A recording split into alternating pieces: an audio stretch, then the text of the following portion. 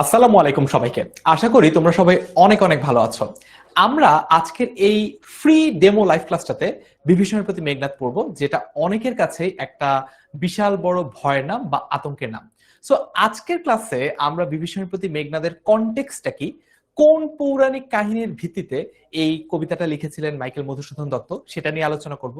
তারপর আমরা কথা বলবো একদম কবিতাটা লাইন বাই লাইন, অর্থাৎ প্রত্যেকটা শব্দ ধরে ধরে আমরা সেগুলোর ব্যাখ্যা বোঝার চেষ্টা করব, যাতে করে এই কবিতাটার ওভারঅল একটা আন্ডারস্ট্যান্ডিং এর পাশাপাশি কবিতাটার প্রত্যেকটা জায়গায় স্পেসিফিক্যালি কি বলা হয়েছে সেটাও যাতে আমরা বুঝে ফেলতে পারি। যারা যারা সালাম দিচ্ছ ক্লাসের শুরুতে সবাইকে একবার বলে দিচ্ছি ওয়ালাইকুম আসসালাম। যারা যারা জিজ্ঞাসা ভাইয়া কেমন আছেন, আলহামদুলিল্লাহ অনেক অনেক ভালো আছি। ওকে, ওয়ালাইকুম আসসালাম মাহমুদ, ওয়ালাইকুম আসসালাম আশিকা, আমাদের রেগুলার স্টুডেন্ট। ভাই আমি পেইড ব্যাচের, মাহিম বলছে আমি পেইড ব্যাচের। তোমরা যারা কমার্স স্টুডেন্ট বা বিজনেস স্টাডিজ স্টুডেন্ট, তোমাদের কিন্তু এখনই ফিন্যান্সের একটা ক্লাস চলছে তোমাদের রায়ান ভাইয়ার, তোমরা ওই ক্লাসটাও চাইলে করতে পারো আর কি, ঠিক আছে। আর যারা আর্টস এর কিংবা যারা হচ্ছে সায়েন্সের, তারা এই ক্লাসটা করলেই ভালো হবে। ওকে, যারা বলছো ভাইয়া কেমন আছেন, আলহামদুলিল্লাহ ভালো আছি, ভেরি গুড। তো আমরা চলো আজকের ক্লাসটাতে সরাসরি ঢুকে পড়ি, কারণ যেহেতু কবিতাটা একটু বড় সড় আকারের, একটু নাদুস নুদুস গাদুম গুদুম সাইজের কবিতা। তো আমরা সময় নষ্ট না করে চলো কবিতাটার কনটেক্সটে চলে, যে কবিতাটা কোন ঘটনার পরিপ্রেক্ষিতে আসলে লেখা হয়েছিল। দেখো তোমরা ক্লাসের স্লাইডটা পাবা, তারপর আমি একটু তোমাদেরকে বলে দিই। সেটা হচ্ছে অযোধ্যার রাজা ছিলেন দশরথ। অযোধ্যার রাজা কি ছিলেন? অযোধ্যার রাজা ছিলেন দশরথ। দশরথের ছিল দুই ছেলে, একজনের নাম রাম, আরেকজনের নাম লক্ষণ।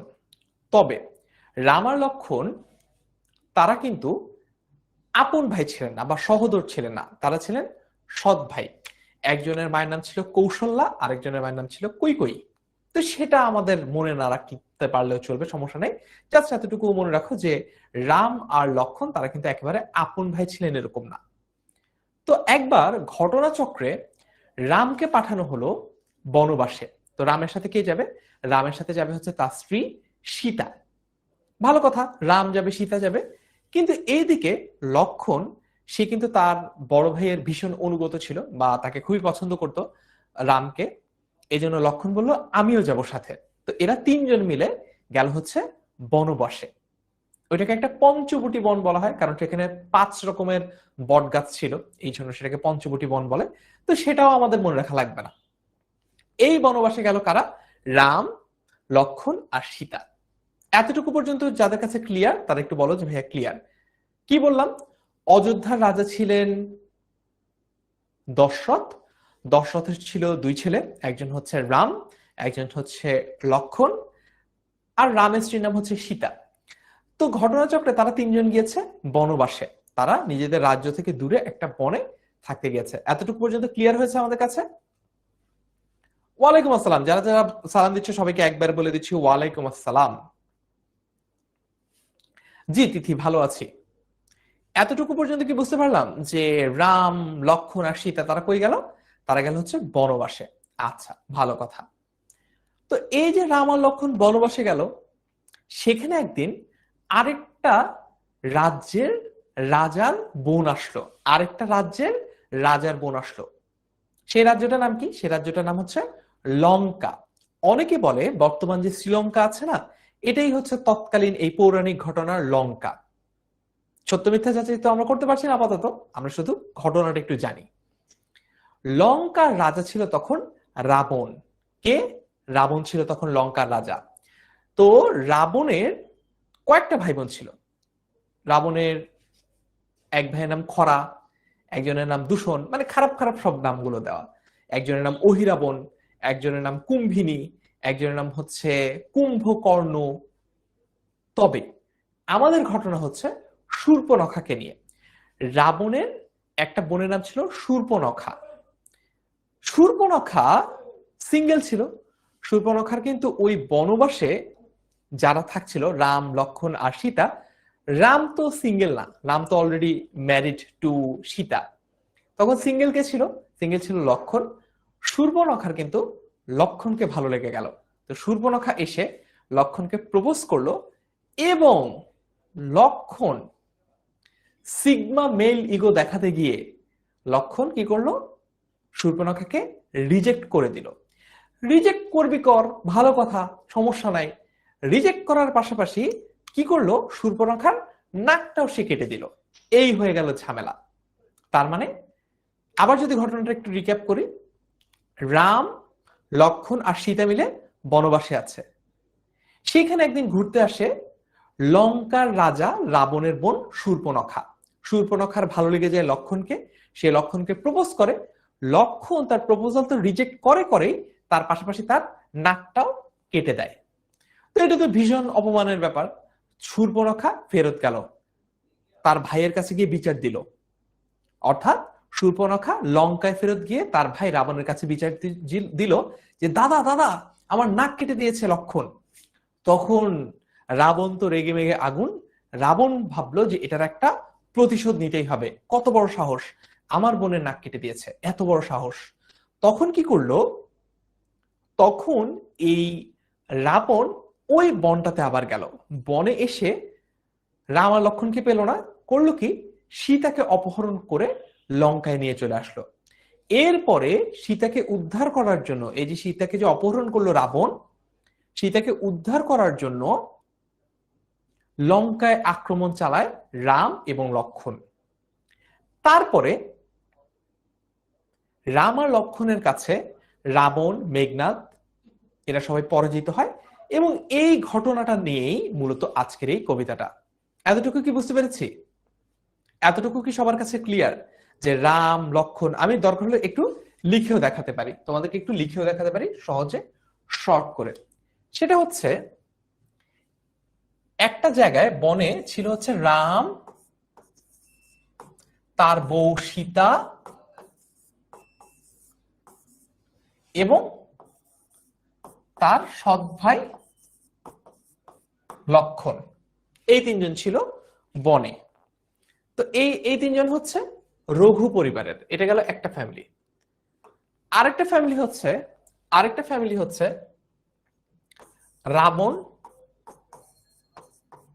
রাবণের বোন হচ্ছে শূর্পণখা, রাবণের বোন হচ্ছে শূর্পণখা। রাবণের ভাই, শূর্পণখা তো রাবণের বোন, ঠিক আছে, রাবণের আরো ভাইও ছিল,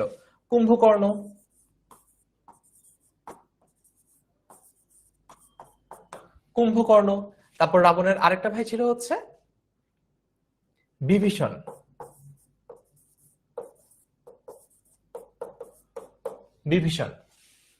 তো রাবণের দুইটা ছেলেও ছিল, একটা ছিল বীরবাহু, আরেকটা ছিল মেঘনাদ।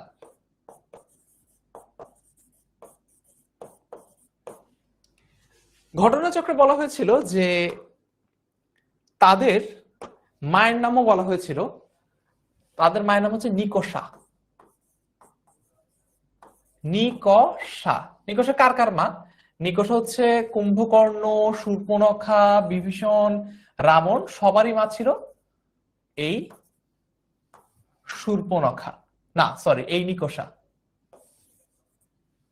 এতটুকু বুঝছি কিনা আমাকে একটু বলো, এতটুকু আমরা বুঝতে পেরেছি কিনা, ক্লিয়ার কিনা একটু বলো।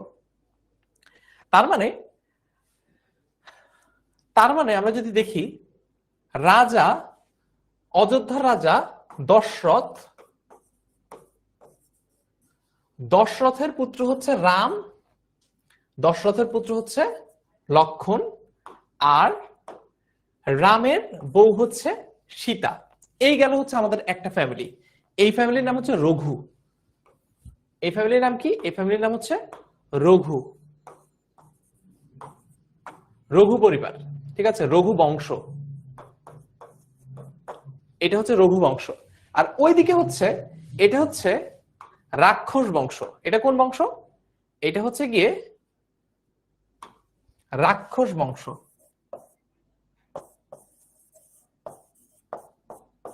রাক্ষস বংশ। এতটুকু ক্লিয়ার কিনা এবার আমাকে একটু কমেন্টে ক্লিয়ার লিখে বলো।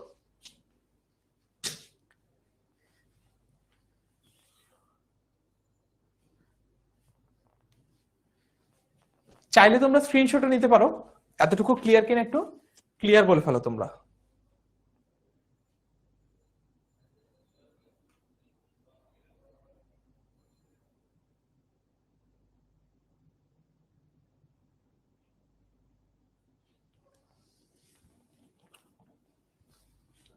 ওকে, সামনে আরো বিস্তারিত আমরা আলোচনা করবো। আপাতত ফ্যামিলিটা বুঝছি কিনা, ফ্যামিলি ট্রিটা বুঝছি কিনা। ফ্যামিলি হচ্ছে যে দশরথের এক ছেলে হচ্ছে রাম, আরেক ছেলে হচ্ছে লক্ষণ, আর এদিকে রাবণের ভাইয়ের নাম হচ্ছে কুম্ভকর্ণ, বোনের নাম হচ্ছে শূর্পণখা, আরেক ভাইয়ের নাম হচ্ছে বিভীষণ, আর তার দুই ছেলে, এক ছেলের নাম হচ্ছে বীরবাহু, আরেক ছেলের নাম হচ্ছে মেঘনাদ। এখন ঘটনা হচ্ছে এই কবিতাটা শুরু হওয়ার আগেই, রাবণের ভাই কুম্ভকর্ণ এবং তার ছেলে, বড় ছেলে বীরবাহু ডেড, কেটে দেয়। রাবণের এক ভাই কুম্ভকর্ণ আর এক ছেলে বীরবাহু, তারা যুদ্ধে আগেই মৃত। কবিতাটা শুরুই হচ্ছে কিন্তু যুদ্ধের একটু পরবর্তী পর্যায়ে গিয়ে, মানে যুদ্ধে অলরেডি কুম্ভকর্ণ আর বীরবাহু ডেড, এরপরে হচ্ছে তাদের এই কবিতাটা আলাপ শুরু হয়েছে। আর শূর্পণখারও কিন্তু পুরা নাক কাটলেও শূর্পণখারও নাকটা কেটে দেওয়া হয়েছে।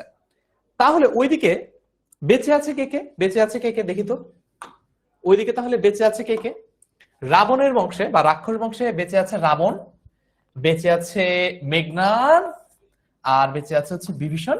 মেঘনাদও কিন্তু কবিতাটা শেষ পর্যায়ে গিয়ে, যদিও তোমরা এই কবিতার মধ্যে দেখবে না যে মেঘনাদ মারা যায়, কিন্তু আসল ঘটনায় মানে পৌরাণিক ঘটনায় মেঘনাদও কিন্তু শেষে গিয়ে মৃত্যুবরণ করে। ঠিক আছে, বুঝতে পেরেছি? ওকে, ডান।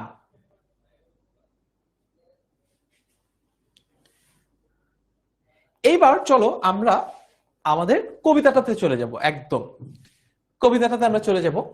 তো কবিতাটাতে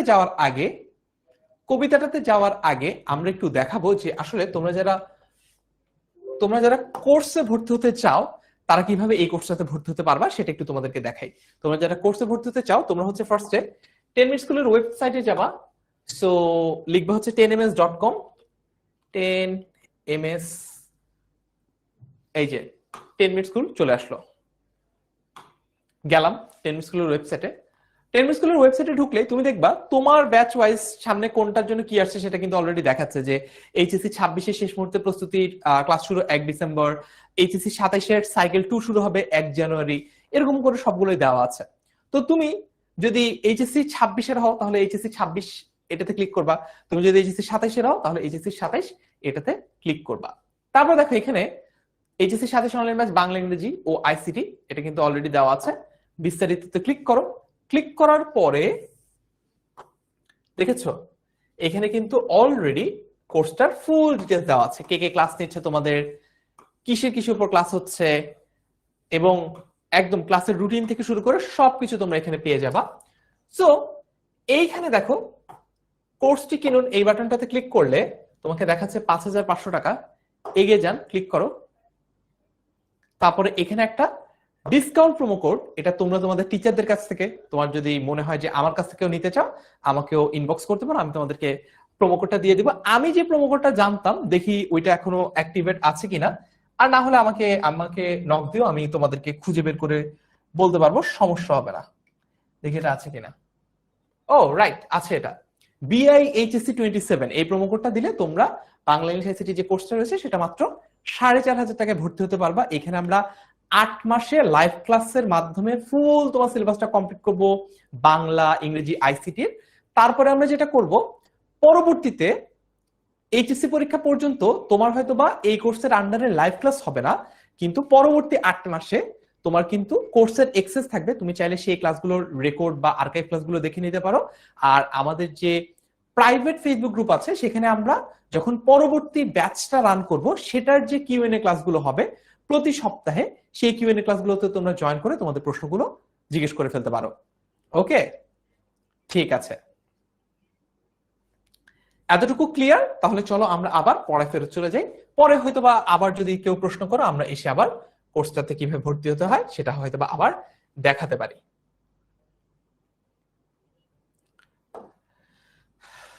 শব্দার্থ আপাতত আজকে ক্লাসে আমরা দেখাচ্ছি না, কারণ আমরা কবিতাটা যখন পড়বো কবিতাটার মধ্যেই শব্দার্থগুলো দেওয়া আছে। এই যে এখান থেকে কবিতাটা শুরু, এই কবিতাটা শুরুর কনটেক্সটটাও যদি তোমাদেরকে একটু বলি, নিকুম্ভিলা যজ্ঞাগার নামে একটা মন্দির আছে। নিকুম্ভিলা যজ্ঞাগার নামে একটা মন্দির আছে। সেই মন্দিরটাতে এই রাক্ষস বংশের যারা, তাদের বিশ্বাস ছিল, তাদের ধর্মীয় বিশ্বাস ছিল একটা যুদ্ধের আগে ওই মন্দিরটাতে গিয়ে যদি পূজা করা যায় এবং মন্দিরটাকে পূজা করে যদি ইষ্ট দেবতা বা অগ্নি দেবতাকে খুশি করা যায়, সন্তুষ্ট করা যায়, তাহলে যুদ্ধে অবধারিতভাবে তাদের জয় হবেই হবে। এই জন্য মেঘনাদ যুদ্ধে যাওয়ার আগে ওই নিকুম্ভিলা যজ্ঞাগার গিয়েছে। নিকুম্ভিলা যজ্ঞাগার লঙ্কায় অবস্থিত একটা মন্দির এবং সেটা খুবই সিকিউর একটা জায়গায় ছিল, তাদের রাজ্যের ভিতরেই ছিল, খুব সিকিউর একটা জায়গা, এবং সেখানে আসলে বাইরে থেকে কারোর ভেতরে প্রবেশ করার কোনো সাধ্যই ছিল না। এবং ওই জায়গাটাতে যেহেতু সে কোনো যুদ্ধের যেহেতু ইন্টেনশনে যায় নাই, যুদ্ধের ইচ্ছায় যায় নাই, সেই জন্য সে গিয়েছে ওই জায়গাটাতে। সেজন্য মেঘনাদ গিয়েছে একদম নিরস্ত্র ভাবে। ওখানেই হঠাৎ মেঘনাদ দেখে কি যে লক্ষণ এসে উপস্থিত এবং লক্ষণের হাতে অস্ত্র। তো এটা দেখে প্রথমে তো সে হতভম্ব হয়ে যায়, আরে এত সিকিউর একটা জায়গা, এখানে আশেপাশে এত শত শত প্রহরী এই মন্দিরের বাইরে, এখানে কিভাবে আসলো লক্ষণ?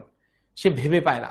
পরক্ষণে তার চোখ পড়ে হচ্ছে তার আপন চাচা বিভীষণের উপর, এবং তার বুঝতে বাকি থাকে না যে লক্ষণকে বিভীষণী পথ দেখিয়ে এই জায়গাটা নিয়ে এসেছে যাতে করে সে মেঘনাদকে যুদ্ধের মাধ্যমে হত্যা করতে পারে। এই পুরো ঘটনাটা বোঝার পরে যখন মেঘনাদ তার চাচা বিভীষণের সাথে কথা বলে, এই যে কনভারসেশন বা ডায়লগটা, যে চাচা আপনি যে কামটা করলেন, কামটা কি উচিত হয়েছে, এইরকম যখন সিচুয়েশনে যে কথাবার্তা হয়, ওই কনভারসেশনটাই হচ্ছে আমাদের বিভীষণের প্রতি মেঘনাদ এই কবিতাটা। ক্লিয়ার হলে এবার একটু ক্লিয়ার লিখে ফেলো। ক্লিয়ার হলে এবার একটু বলে ফেলো ভাইয়া ক্লিয়ার। ঠিক আছে, তাহলে মাঝে মাঝে এরকম তোমাদেরকে উপহার দিব, ম্যাজিক দেখাবো, যখন তোমরা সবাই বুঝতে পারবা ক্লাসটা। এতটুকু কি বুঝতে পেরেছি যে ঘটনাটা কি হয়েছে? একটা হচ্ছে একদম পৌরাণিক যে কনটেক্সট, যে কেন আসলে মেঘনাদের সাথে লড়াই হচ্ছে, এরপরে এখনকার ঘটনা হচ্ছে যে এখন কবিতাটা আসলে কি নিয়ে, কবিতাটা হচ্ছে তাদের কনভারসেশনটা নিয়ে। ওকে, ক্লিয়ার, ভেরি গুড। চলো এবার তাহলে শুরু করি। প্রথমে যখন লক্ষণকে দেখলো মেঘনাদ ওই সুরক্ষিত যজ্ঞাগার বা মন্দিরটাতে, সে কি হয়ে গেল? সে একেবারে স্পিচলেস হয়ে গেল, হতভম্ব হয়ে গেল, কিংকর্তব্য বিমূঢ় হয়ে গেল, হতভম্ব হয়ে গেছে মেঘনাদ। মানে তার মুখে কথাই নাই কোনো, কি বলবে সে বুঝতেই পারছে না, কি বলবে মেঘনাদ বুঝতে পারছে না প্রথমে কিছুক্ষণ। তারপরে সে কথা বলা শুরু করলো। যেহেতু বেশ কিছুক্ষণ সে চুপ মেরে গিয়েছিল একদম, এই জন্য শুরু হয়েছে এই কথাটা দিয়ে এতক্ষণে। তার মানে এতক্ষণ মেঘনাদ কোনো কথা বলে নাই, এই মাত্র সে কথা শুরু করলো। এতক্ষণে অরিন্দম কহিলা বিষাদে। মাহিদুল ইসলাম রাসেল বলছে হ্যাঁ পোল কি দিবেন না? আমি কি একবার বলেছি ক্লাসে পোল দিব না? দিব। পড়া শুরু করলাম মাত্র হলো কবিতার প্রথম লাইন, এখনই পোল চাও কি? সে বেঁচেছে মানে পড়ানোর আগে কিভাবে তোমার আমি পরীক্ষা নেব বুঝলাম না। আচ্ছা শোনো, এতক্ষণে অরিন্দম কহিলা বিষাদে। অরিন্দম মানে কি? অরিন্দম মানে হচ্ছে অরিকে দমন করে যে, অরি শব্দটার মানে হচ্ছে শত্রু, তার মানে শত্রুকে দমন করে যে। এখানে কার কথা বলা হয়েছে? এখানে মেঘনাদের কথা বলা হয়েছে, কারণ প্রথম ডায়লগটা মেঘনাদের ছিল। এতক্ষণে অরিন্দম কহিলা বিষাদে। অরিন্দম মানে কি? অরিন্দম মানে হচ্ছে যে শত্রুকে দমন করে। এতক্ষণে অরিন্দম কহিলা বিষাদে মানে দুঃখ ভারাক্রান্ত মন নিয়ে এই প্রথম অরিন্দম বা মেঘনাদ মুখ খুললো, এই প্রথম সে কিছু একটা বলবে বলে ঠিক করলো। জানিনু বা জানি না কেমনে আসি লক্ষণ, লক্ষণকে ওই যে রামের ছোট ভাই লক্ষণ, যাকে দেখে সে হতভম্ব হয়ে গেছিল। জানিনু কেমনে আসি, তার মানে জানি না কেমনে লক্ষণ এসে পশিল, পশিল শব্দটার মানে হচ্ছে প্রবেশ করলো, এন্টার্ড ইনটু বা প্রবেশ করলো। এতক্ষণে অরিন্দম কহিল বিষাদে, জানিনু কেমনে আসি লক্ষণ পশিল। কিভাবে আসলো সে জানে না এখনো। আচ্ছা, রক্ষপুরে, রক্ষপুর মানে কি? আমার গ্রামের নাম হচ্ছে জগৎপুর, নিশ্চয়ই এরকম তোমরা চিনো যে শেরপুরের বাসিন্দা আছে, ঠিক আছে?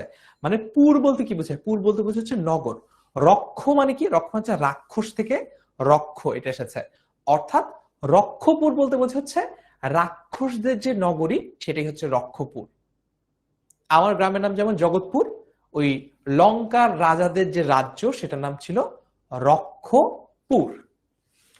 রক্ষপুরে, হায় তাঁত, তাঁত শব্দটা খুবই গুরুত্বপূর্ণ, পরীক্ষা এমসিকিউ হিসেবে আসতে পারে। তাঁত মানে হচ্ছে চাচা।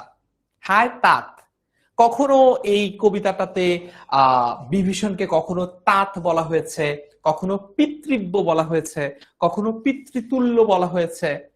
আমরা সামনে যেতে যেতে আরো বিস্তারিত পড়বো।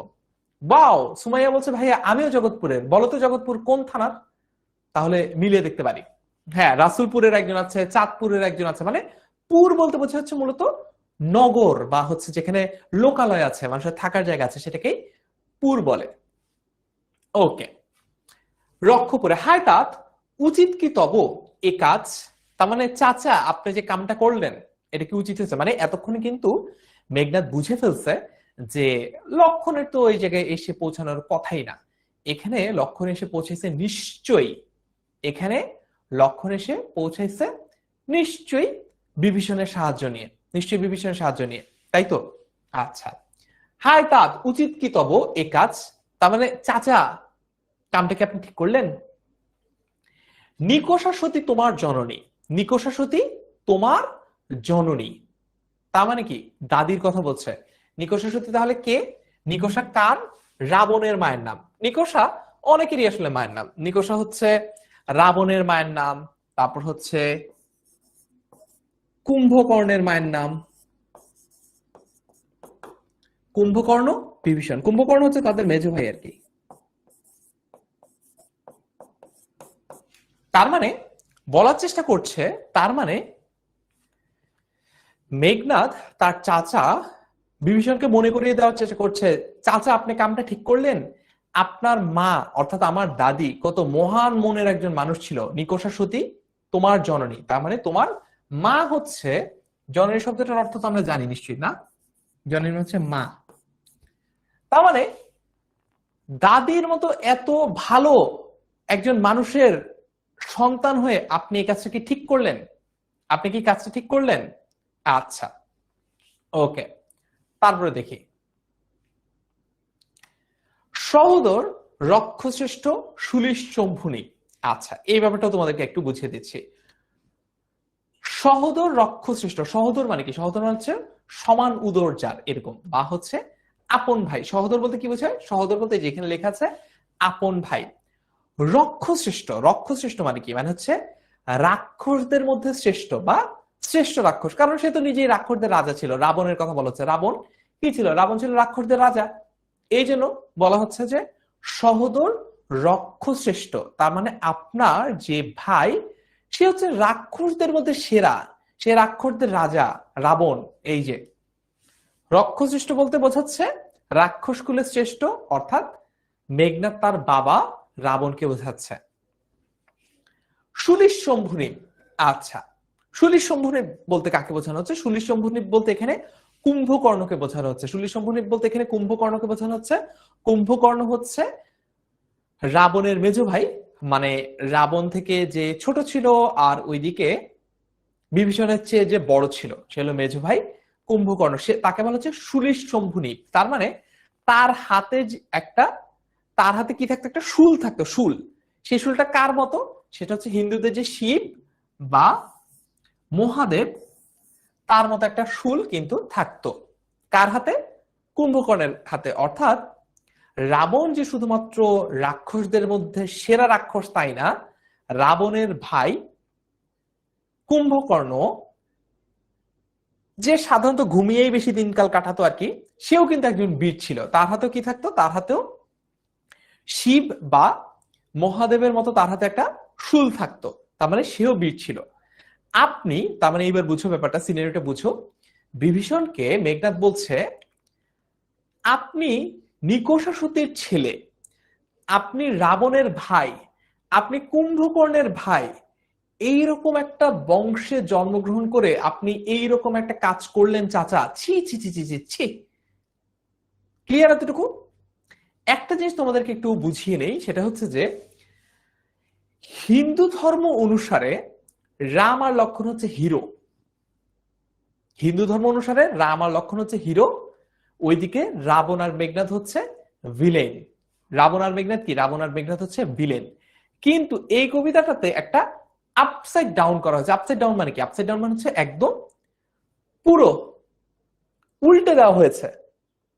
অর্থাৎ হিন্দু ধর্ম অনুসারে রাম আর লক্ষণ হচ্ছে হিরো, কিন্তু মাইকেল মধুসূদন দত্তের কবিতা অনুযায়ী রাম আর লক্ষণ হচ্ছে ভিলেন। আবার হিন্দু ধর্ম অনুযায়ী রাবণ হচ্ছে ভিলেন, মেঘনাদ হচ্ছে ভিলেন, কিন্তু আমরা দেখতে পাচ্ছি বিভীষণের প্রতি মেঘনাদ এই কবিতাটা অনুযায়ী বিভীষণ আর এই যে ওদের যে ফ্যামিলিটা আছে মেঘনাদ রাবণ, ওরা হচ্ছে হিরো। ক্লিয়ার এতটুকু? আচ্ছা, তারপরে দেখি সহোদর রক্ষশ্রেষ্ঠ সুলিশ শম্ভুনীপ কুম্ভকর্ণ। এরপর নিজের কথা বলছে সে, ভাতৃপুত্র। ভাতৃপুত্র মানে হচ্ছে ভাইয়ের পুত্র বা ভাইয়ের ছেলে, ভাতিজা। নিজের কথা বলছে নেফিউ। নিজের কথা বলছে মেঘনাদ। সে কি? সে কিন্তু বাসব বিজয়ী। বাসব মানে কি? বাসব মানে হচ্ছে ইন্দ্রকে জয় করেছে, যে মানে ইন্দ্র বা দেবতাদের যে রাজা, তার সাথে লড়াইও মেঘনাদ জয়লাভ করেছিল। এই জন্য তাকে বাসব ত্রাস বলা হয়েছে কবিতায়, মানে বাসবের ত্রাস বা ইন্দ্রের ত্রাস এটাও বলা হয়েছে। আবার এইখানে বাসব বিজয়ী বলা হয়েছে। আবার ইন্দ্রজিৎও কিন্তু তাকে বলা হয়, মানে ইন্দ্রকে যে জয় করেছে ইন্দ্র জিতও কিন্তু তাকে বলা হয়। কাকে বলা হয়? মেঘনাদকে বলা হয়। তার মানে আমরা বুঝলাম যে এই পুরো কবিতাটাতে সবচেয়ে বড় বীর পুরুষ কিন্তু মেঘনাদ হিমসেলফ, কারণ মেঘনাদ সবাইকে যুদ্ধে পরাজিত করার তার এক্সপিরিয়েন্স আছে। ইন্দ্রকে, দেবতাদের একদম যে রাজা, তাকে পর্যন্ত সে পরাজিত করেছে। এই জন্য কখনো মেঘনাদকে বলা হয় বাসব ত্রাস, কখনো মেঘনাদকে বলা হয় বাসব বিজয়ী, আবার তাকে ইন্দ্রজিৎ কিন্তু বলা হয়, কারণ সে ইন্দ্র বা বাসবকে পরাজিত করেছে। সে ইন্দ্র বা বাসব একই, ইন্দ্র বা বাসবকে সে পরাজিত করেছে। এই জন্য কখনো তাকে ইন্দ্রজিৎ বলা হচ্ছে, কখনো তাকে বাসব বিজয়ী বলা হচ্ছে। বুঝলাম এতটুকু? ভাতৃপুত্র বাসব বিজয় এই পর্যন্ত আমরা বুঝলাম। নিজ গৃহপথ মানে নিজের ঘরের যে রাস্তা। তাত চাচা, হেই চাচা, কামটা কি করলেন আপনি? ওই চাচা না প্লিজ। তাত দেখাও তস্করে। তস্কর শব্দটার মানে হচ্ছে চোর, ছোট লোক বোঝাচ্ছে আর কি। চোর মানে এখানে যে আসলে লক্ষণ কিছু চুরি করছে ব্যাপারটা এরকম না। এখানে আসলে কি বোঝাচ্ছে? যে সে একদম খুবই নিচু, নিচু বংশের, এমনটা বোঝানো হচ্ছে। ওকে, অলরাইট। তারপর দেখি, এইবার তোমাদের পোল চলে আসলো। চলো এবার কিছু পোল আমরা ফায়ার করি তোমাদের জন্য।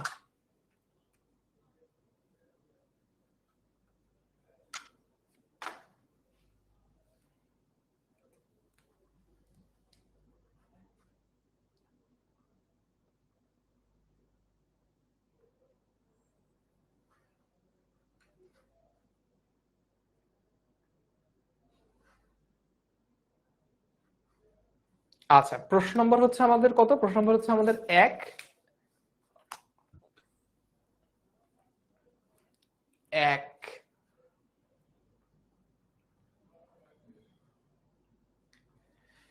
হ্যাঁ, একের উত্তর দাও। বিভীষণের প্রতি মেঘনাদ কবিতাটি মেঘনাদ বধ কাব্যের কোন স্বর্গ থেকে? স্বর্গ শব্দটার মানে হচ্ছে এটা স্বর্গ নরক না, স্বর্গ শব্দটার অর্থ হচ্ছে অধ্যায়।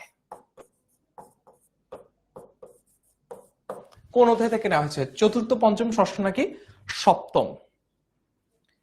ক্লাস ডিসকাশনের উত্তর আসলে সি সি সি সি লিখে লাভ নাই, সরাসরি পোলে উত্তর দাও তোমরা, তাহলে বুঝতে পারবো কারা ফার্স্ট, সেকেন্ড, থার্ড হয়েছে। বিভীষণের প্রতি মেঘনাদ কবিতাংশটুকু মেঘনাদ বধ কাব্যের কোন স্বর্গ থেকে সংকলিত? চতুর্থ, পঞ্চম, ষষ্ঠ নাকি সপ্তম? কারেক্ট আনসার কি? কারেক্ট আনসার হচ্ছে সি, ষষ্ঠ। সি, ষষ্ঠ।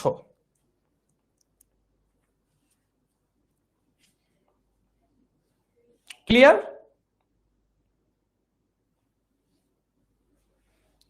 All right, C is the correct answer. দেখি তো কারা কারা সঠিক উত্তর দিল।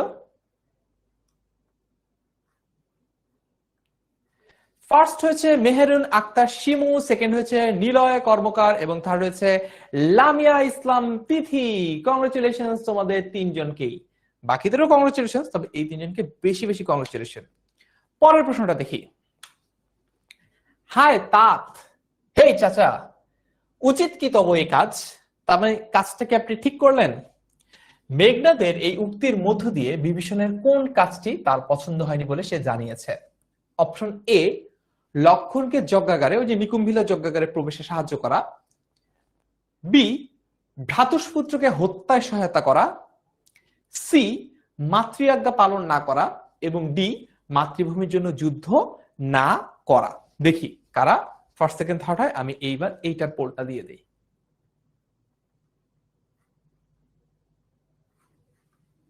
ওকে, হেই তাত, হেই চাচা, উচিত কি তব এই কাজ, কামটা কি ঠিক হইলো? কারেক্ট আনসার কোনটা হবে এবার বলো?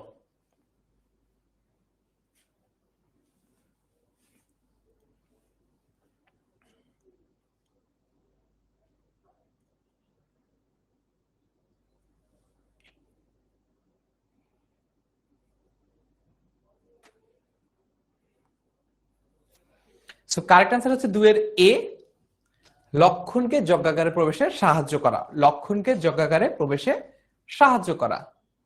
ওকে, দেখি এবার কারা ফার্স্ট, সেকেন্ড, থার্ড হলো।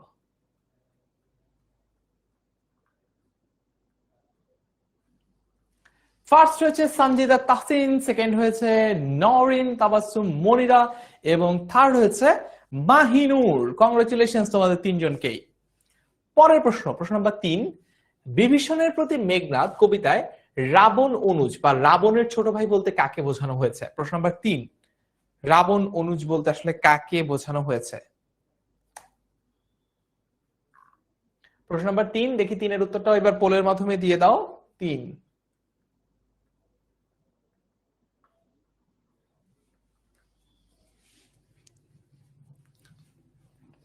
বিভীষণের প্রতি মেঘনাদ কবিতায় রাবণ অনুজ বলতে কাকে বোঝানো হয়েছে? রাবণ অনুজ মানে রাবণের ছোট ভাই কে?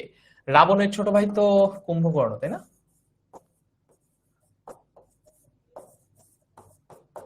আবার রাবণের তো ছোট ভাই বিভীষণ। হায় হায় সর্বনাশ, এখানে তো কুম্ভকর্ণ আছে, এখানে তো বিভীষণ আছে, তাহলে কোনটা দিব? এক্স্যাক্টলি কবিতায় যখন তোমরা দেখবা রাবণের অনুজ, রামানুজ যখন বলা হয়েছে, তখন কাকে বলা হয়েছে? তখন কাকে বোঝানো হয়েছে? তখন কিন্তু কুম্ভকর্ণকে না, তখন সরাসরি বিভীষণকে বোঝানো হয়েছে। B is the correct answer, right? Kumbhakarna রাবণের ছোট ভাই, দ্যাটস ওকে, কিন্তু কবিতায় কাকে বলা হয়েছে? কবিতায় কাকে বলা হয়েছে? কবিতায় কিন্তু রাবণানুজ, রাবণানুজ বলতে কাকে বোঝানো হয়েছে? বিভীষণকে বোঝানো হয়েছে। B is the correct answer, option B is the correct answer. Yes, দেখি তো ফার্স্ট, সেকেন্ড, থার্ড কারা হলো।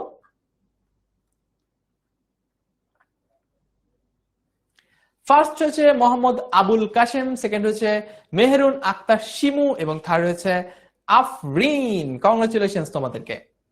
তারপরের প্রশ্ন দেখি। বিভীষণের প্রতি মেঘনাদ কবিতায় সৌমিত্রকে, এখনো যদিও আমরা ওই পর্যন্ত যাই নাই, তবে তোমাদেরকে একটা হিন্ট দেই, সুমিত্রার ছেলেই হচ্ছে সৌমিত্র, অথবা কার অপর নাম সৌমিত্র? বলো, মেঘনাদ, লক্ষণ, বিভীষণ নাকি রাবণ? প্রশ্ন নাম্বার 4, এখনো আমরা যদিও যাইনি, দেখি কারা আগেই পড়ে রেখেছো, তারা এটা পারবা। প্রশ্ন নাম্বার 4,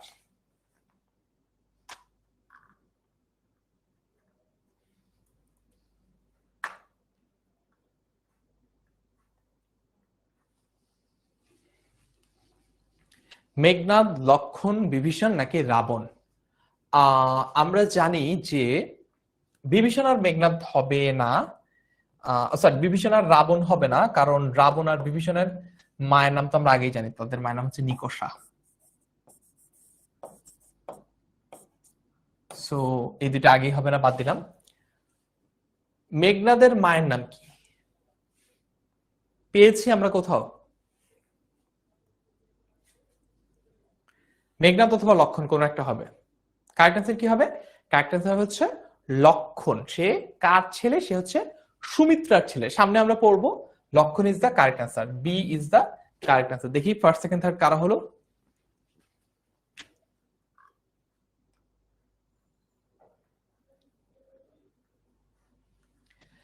ফার্স্ট হয়েছে মিতু, সেকেন্ড হয়েছে ফারহা ফেরদৌস এবং থার্ড হয়েছে মিলা আক্তার। কংগ্রেচুলেশন তোমাদের তিনজনকে।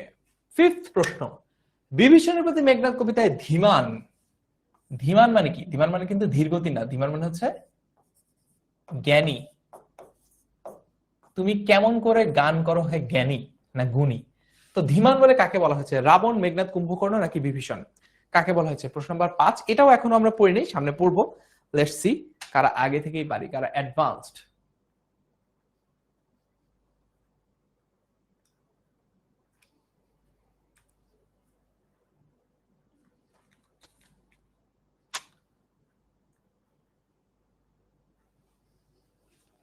বিভীষণের প্রতি মেঘনাদ কবিতায় ধীমান বলে কাকে সম্বোধন করা হয়েছে? রাবণ, মেঘনাদ, কুম্ভকর্ণ নাকি বিভীষণকে? কাকে?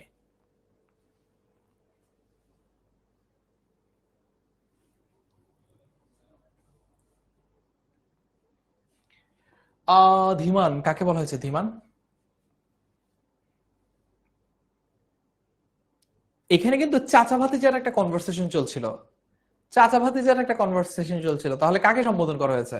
একজন আরেকজনকে তো সম্বোধন করতে পারবে, ইদার চাচা তার ভাতিজাকে সম্বোধন করেছে অথবা ভাতিজা তার চাচাকে সম্বোধন করেছে। এইখানে উত্তর হচ্ছে option B Meghnad. Option B Meghnad is the correct answer. Option B Meghnad is the correct one. Let's see কারা কারা ফার্স্ট সেকেন্ড থার্ড হলো, কারা কারা ফার্স্ট সেকেন্ড থার্ড হলো দেখি। প্রথম হয়েছে সাইদুল হোসাইন রাকিব, সেকেন্ড হয়েছে মিম আক্তার এবং থার্ড হয়েছে আতিকুর রহমান। কংগ্রেচুলেশন তোমাদের তিনজনকে। ওকে চলো এইবার আরেকটু কবিতা দেখি। চন্ডালে বসাওয়ানি রাজার আলোয়, আচ্ছা এটা পুরোটুকু কমপ্লিট নেই। হিন্দু সম্প্রদায়ের একটা নিচু বংশ, কখনো তাদেরকে চন্ডাল বলা হয়, কখনো তাদেরকে চামার বলা হয়। তার মানে চাচাকে বকা দিচ্ছে, চাচাকে বকা দিচ্ছে মেঘনাদ, বলছে যে আপনি একটা তস্কর বা একটা চোর, চন্ডাল বা একটা ছোট লোককে এনে বসেছেন রাজার আলোয়। রাজার আলোয় মানে কি? আলোয় মানে হচ্ছে বাড়ি, আলোয় শব্দটা মানে হচ্ছে বাড়ি। রাজার আলোয় বলতে রাজপ্রাসাদ বোঝাচ্ছে। রাবণের বাড়িতে এসে এক চন্ডাল কিনা ঢুকলো শেষমেশ। কিন্তু নাহি গঞ্জি তোমা, গঞ্জি মানে কিন্তু এই গেঞ্জি না, গঞ্জি মানে কিন্তু তোমরা অর্থাৎ জেঞ্জি না, গঞ্জি মানে হচ্ছে বকা দেওয়া, তিরস্কার করা। গঞ্জি শব্দটার অর্থ কি? গঞ্জির অর্থ হচ্ছে তিরস্কার করা বা সহজ ভাষায় লিখি বকা দেওয়া। চাচা আপনি কামটা কি ঠিক করছেন? একটু অনুযোগ করছে মেঘনাদ। কিন্তু একটু পরে সে বলছে কিন্তু নাহি গঞ্জি তোমা, কিন্তু তোমাকে বকা দেই না বা তোমাকে তিরস্কার করবো না, তোমাকে খারাপ কথা বলবো না, কটু কথা বলবো না। কে বলছে? মেঘনাদ তার চাচা বিভীষণকে বলছে। তোমা বলতে তুমি কি? গুরুজন তুমি, তার মানে যত যাই হোক তুমি আমার মুরব্বী। তুমি কি? তুমি হচ্ছে গুরুজন, তুমি আমার মুরব্বী, তোমাকে খারাপ কথা বলবো না। পিতৃতুল্য মানে বাবার সমান, পিতার সাথে তুলনীয়, অর্থাৎ তুমি আমার গুরুজন, তুমি আমার মুরব্বী, তুমি বাবার মতোই। তুমি আমার কার মতো? তুমি আমার বাবার মতোই, তোমাকে আমি খারাপ কথা বলবো না। কে বলছে? মেঘনাদ তার চাচা বিভীষণকে বলছে। এরপরে বলছে যে ছাড়োদার যাবো অস্ত্রাগারে, তার মানে বলছে যে তুমি দরজা থেকে সরে দাঁড়াও। ঘটনাটা কি হয়েছে জানো? সেটা হচ্ছে যখন নিকুম্ভিলা যজ্ঞাগারে মেঘনাদ অস্ত্র ছাড়া গেছে পূজা করতে, তখন সেই জায়গায় গিয়ে উপস্থিত হয়েছে লক্ষণ আর বিভীষণ। এখন লক্ষণের সাথে তো অস্ত্র আছে, লক্ষণ যুদ্ধ করার জন্য প্রস্তুত। ওইদিকে একেবারে নিরস্ত্র অবস্থায় রয়েছে মেঘনাদ। তো মেঘনাদ যুদ্ধ করার ব্যাপারে তার কোনো ভয় ডর নাই, কারণ সে এর আগে ইন্দ্রকে পরাজিত করেছে বা বাসবকে পরাজিত করেছে, এইসবের কেয়ার করে না মেঘনাদ। কিন্তু ঘটনা হচ্ছে যে মেঘনাদকে তো অস্ত্রাগারে গিয়ে বা যেখানে অস্ত্র সজ্জিত অবস্থায় থাকে সেখান থেকে গিয়ে অস্ত্র আনতে হবে। অস্ত্র আনার জন্য তাকে কি করতে হবে? মন্দির থেকে বের হয়েই তো অস্ত্রাগারে যেতে হবে।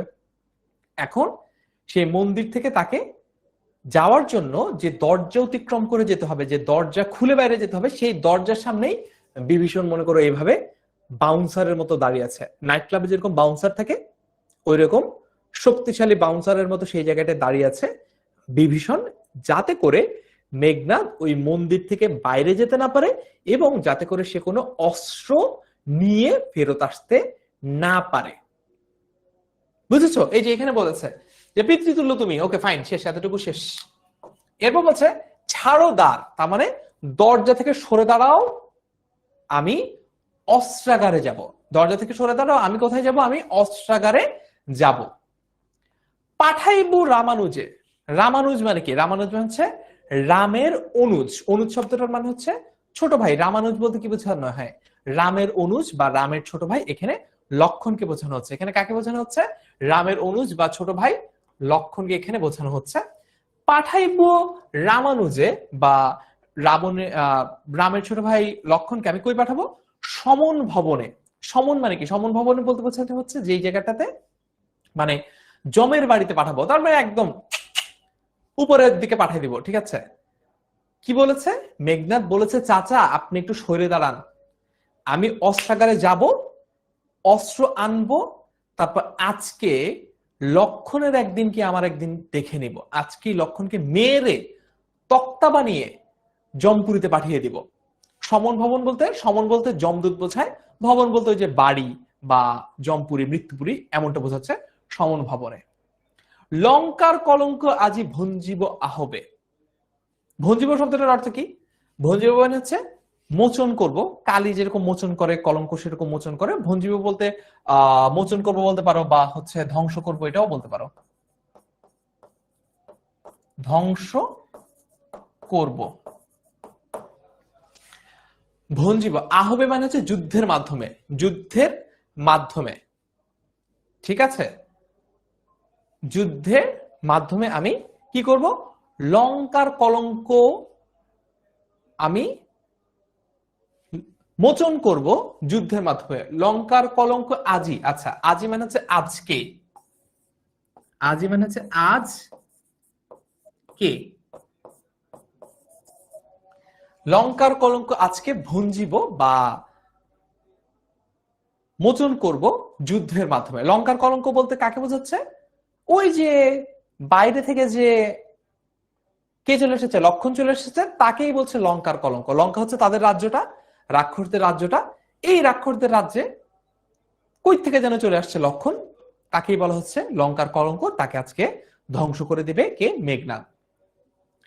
উত্তরীলা বিভীষণ। এই প্রথম বিভীষণ কথা বলা শুরু করলো। এতক্ষণ দাঁড়িয়ে দাঁড়িয়ে কথা শুনছিল বিভীষণ, তার ভাতিজা মেঘনাথের। এখন এই প্রথম সে কথা বলা শুরু করলো। উত্তরীলা বিভীষণ। উত্তরীলা শব্দটার মানে কি? উত্তরীলা মানে হচ্ছে রিপ্লাইড। উত্তরীলা বিভীষণ বৃথা এ সাধনা। উত্তরীলা বিভীষণ কি? বৃথা এ সাধনা। তার মানে বিভীষণ উত্তর দিল একেবারেই বৃথা আপনার এই যে পরিশ্রম, মেঘনাদ তোমার এই যে এত পায়তারা, এগুলো একদমই বৃথা, মানে এগুলো কোনো কাজেই আসবে না, অকার্যকর, ভুয়া। ধীমান। রাঘব দাস আমি। ধীমান বলতে কাকে বোঝানো হচ্ছে? ধীমান বলতে দেখো, ধীমান বলতে কিন্তু এইখানে মেঘনাদকে সম্বোধন করছে। এখানে মেঘনাদকে ধীমান বলে সম্বোধন করছে তার চাচা। বলছে রাঘব দাস আমি। তার মানে বিভীষণ বলছে আমি রামের দাস। বিভীষণ বলছে আমি রাঘবের দাস বা রামের দাস। কি প্রকারে তাহার বিপক্ষ কাজ করিব। তার মানে আমি নিজেকে, আমি মনে করি, বিভীষণ বলছে আমি রামের আনুগত্য স্বীকার করেছি। আমি কি স্বীকার করেছি? আমি রামের আনুগত্য স্বীকার করেছে, আমি একান্তই তার বাধ্যগত ও অনুগত, আমি একান্তই তার বাধ্যগত ও অনুগত, তাহার বিপক্ষে কাজ করিব কিভাবে, তার মানে কিভাবে আমি তার বিপক্ষে যাই, আমি তো তার আনুগত্য স্বীকার করেছি, আমি তো তার আনুগত্য স্বীকার করেছি। রক্ষিত অনুরোধ, এই যে রক্ষিত অনুরোধ, তার মানে তোমার অনুরোধ রক্ষা করতে গিয়ে, তোমার অনুরোধ রক্ষা করতে গিয়ে আমার প্রভু রামের বিপক্ষে কাজ করব, এটা কিভাবে হয়, এ হতে পারে না। কে বলছে? বিভীষণ বলছে। উত্তরিলা কাতরে রাবণী, রাবণী মানে হচ্ছে রাবণের পুত্র, রাবণের পুত্র রাবণী, অর্থাৎ এই রাবণী, এটা এমসিকিউর জন্য ইম্পর্টেন্ট, সেটা হচ্ছে রাবণী বলতে কাকে বোঝানো হচ্ছে? রাবণী বলতে রাবণের পুত্র বা মেঘনাথকে বোঝানো হচ্ছে। সে একেবারে খুব ডেসপারেট ভাবে উত্তরিলা কাতরে, মানে কাতর স্বরে এবার সে রিপ্লাই করলো, এবার সে রিপ্লাই করলো, কি বললো? হে পিতৃব্য, হে চাচা। এর আগে কিন্তু তাত বলেছিল, এবার বলছে হে পিতৃব্য, তব বাক্যে, তার মানে তোমার কথা শুনে, বাক্যে বলতে তব বাক্যে বলতে তোমার কথা শুনে, তব বাক্যে ইচ্ছি মরিবারে, তার মানে তোমার কথা শুনেই আমার মরে যেতে ইচ্ছা করছে, ছি ছি ছি ছি ছি ছি, তুমি কি না রামের দাস, এই ছোট লোকের দাস তুমি। কে বলছে এটা? এটা বলছে মেঘনাদ। রাঘবের দাস তুমি, তুমি নিজেকে রাঘবের দাস বললা শেষ পর্যন্ত, কেমনে ও মুখে আনিলে কথা তাত কহতা দাসের। এইবার মেঘনাদ নিজেই বিনয় প্রকাশ করতে গিয়ে নিজেকে দাস বলছে, মেঘনাদ নিজেই বিনয় প্রকাশ করতে গিয়ে নিজেকে দাস বলছে। কার দাস সে? সে হচ্ছে বিভীষণের দাস, এমনটা সে বলছে, কারণ গুরুজন মুরব্বী হিসেবে যেহেতু তাকে সম্মান করে এই জন্য বলছে। আনিলে কথা তাত চাচা কহতা দাসের, তার মানে আমাকে এটা বলো। কি করছে মেঘনাদ? নিজেই বিনয় প্রকাশ করতে গিয়ে নিজেকে এবার দাস বলছে। তার মানে বিভীষণ বলছে সে রামের দাস, আর ওইদিকে মেঘনাদ বিনয় প্রকাশ করতে গিয়ে সে নিজেকে বলছে সে বিভীষণের দাস। বুঝেছ? আচ্ছা, এরপরে দেখো, স্থাপিলা বিধুরে বিধি স্থানুল ললাটে, প্রত্যেকটা শব্দের আলাদা আলাদা করে অর্থ দেওয়া আছে, আমি একটু ওভারঅলটা বলি। সেটা হচ্ছে সৃষ্টিকর্তা চাঁদকে কোথায় স্থাপন করেছে? আকাশে, বিধির ললাটে, তার মানে এই জগৎ সংসারের যে ললাট বা কপাল অর্থাৎ আকাশ, সে আকাশে চাঁদকে সৃষ্টিকর্তা স্থাপন করেছে। কখনো দেখেছো? আচ্ছা যাব, এরপরে কয়েকটা পোল দিব, তো এতটুকু পর্যন্ত যদি তোমাদের কাছে ক্লিয়ার হয় একটু ক্লিয়ার বলো, তারপর আমরা পরবর্তী অংশটাও দেখবো। এতটুকু অংশ যদি তোমাদের কাছে ক্লিয়ার হয় তোমরা একটু কমেন্টে ক্লিয়ার বলো। আর কেমন লাগছে আজকের ক্লাসটা সেটা আমাকে লিখে জানাও। তোমরা আজকের ক্লাসটা কেমন লাগছে সেটা অবশ্যই অবশ্যই লিখে জানাবা। তুমি যদি এইচএসসি 27 ব্যাচের হও তাহলে লিখবা এইচএসসি 27 স্টার স্টুডেন্টস 10 MS, এই গ্রুপটাতে তুমি আজকের ক্লাসে যদি ভালো লাগে, তুমি 27 গ্রুপের হও তাহলে ক্লাস রিভিউ লিখে জানাবা। আর যদি তুমি এইচএসসি 26 ব্যাচের হও তাহলে সেম গ্রুপটা আছে, এইচএসসি 26 গ্রুপের নাম এইচএসসি 26 স্টার স্টুডেন্টস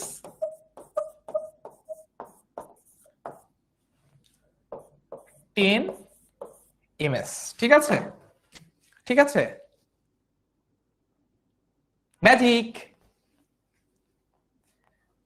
অলরাইট, আজকে ক্লাস রিভিউ দেখতে চাই, ক্লাসটা কেমন লাগলো? কি বুঝো নাই রিয়াদ, তুমি বলো তো কি বুঝো না সেটা বলো। কি শুধু বুঝি নাই বলে কি হবে নাকি? কি বুঝো না সেটা বলতে হবে না? তুমি কি বুঝো না সেটা যদি আমি না বুঝি তাহলে কিভাবে তোমাকে বুঝাবো? তুমি যা বুঝো না সেটা যদি তুমি আমাকে বুঝাতে না পারো এবং তা যদি আমি বুঝতে না পারি তাহলে আমি তোমাকে কিভাবে বুঝাবো আর তুমি কিভাবে বুঝবা? পণ্ডিতের পণ্ডিত। সাবিয়া বলছে অনেক সুন্দর ক্লাস ভাইয়া, থ্যাংক ইউ সো মাচ। ক্লাসটা কেমন লাগলো একটু লিখে জানাতে হবে হচ্ছে এই দুইটা গ্রুপের যে কোনো একটা গ্রুপে। ওয়াও ভাইয়া, না না শেষ হয়নি এখনো ক্লাস, 8টা পর্যন্ত ক্লাস হবে।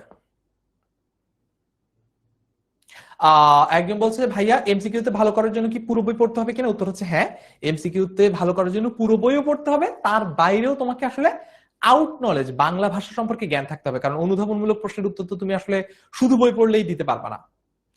দিব নূরে জান্নাত বুশরা, তুমি আজকে পোস্ট করো, ভালো মতো লিখবা, তাহলে আমি নিজে অ্যাপ্রুভ করে দিব। আচ্ছা, একজন বলছে ভাইয়া লাস্ট লাইনটা বুঝি নাই। ওকে, যাচ্ছি লাস্ট লাইনে। স্থাপিলা বিধুরে বিধি স্থানুর ললাটে, কোনটা বুঝো নাই দেখো তো, আমি সরে দাঁড়াই, তুমি কি বুঝো নাই দেখো তো। লাস্ট লাইনে প্রত্যেকটা শব্দের অর্থ দেওয়া আছে। স্থাপিলা মানে হচ্ছে স্থাপন করেছে বা করেছেন। বিধু, বিধু শব্দটা মানে হচ্ছে চাঁদ, শশী। বিধি মানে হচ্ছে সৃষ্টিকর্তার কথা বোঝানো হচ্ছে। স্থানু বলতে বোঝানো হচ্ছে আকাশের কথা। ললাটে বলতে, ললাট শব্দটার অর্থ হচ্ছে কপাল। তার মানে সৃষ্টিকর্তা চাঁদকে আকাশে স্থাপন করেছেন। সৃষ্টিকর্তা চাঁদকে আকাশে স্থাপন করেছে। হ্যাঁ, ক্লাসের স্লাইড ক্লাসের পর তোমাদেরকে দিয়ে দিব, অসুবিধা নেই, প্যারা নেই। যদি যারা ক্লাস রিভিউ দিবে তাদেরকে পাঠিয়ে দেব। স্থাপিলা বিধুর বিধি স্থানুর ললাটে। ওকে, প্রশ্ন দেখি। স্বচক্ষে দেখেছে রক্ষশ্রেষ্ঠ পরাক্রম দাসের, নিজেকে দাস বলার পেছনে মেঘনাদের কোন মনোভাব ক্রিয়াশীল বলো দেখি। এটা কিন্তু একটু আগে আমি বারবার করে বলেছি, এটা হচ্ছে আমাদের প্রশ্ন নম্বর 6।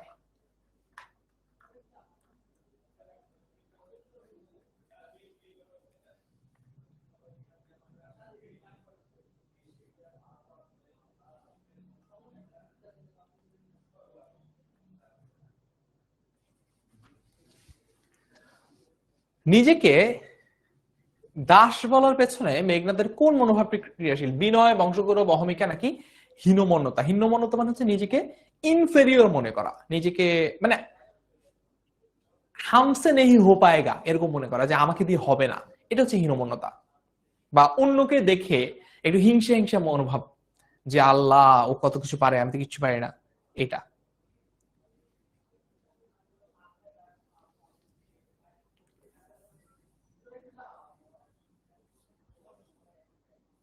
জি জি, স্লাইড দিব বাবা, ক্লাস শেষ হোক। ক্লাস শেষের আগে স্লাইড কিভাবে দিব? আর এই ক্লাসের স্লাইড গুলো কিন্তু আমাদের পেইড ব্যাচের স্লাইডই আলটিমেটলি, সো পেইড ব্যাচেও এই স্লাইড গুলো এভাবেই পাবা।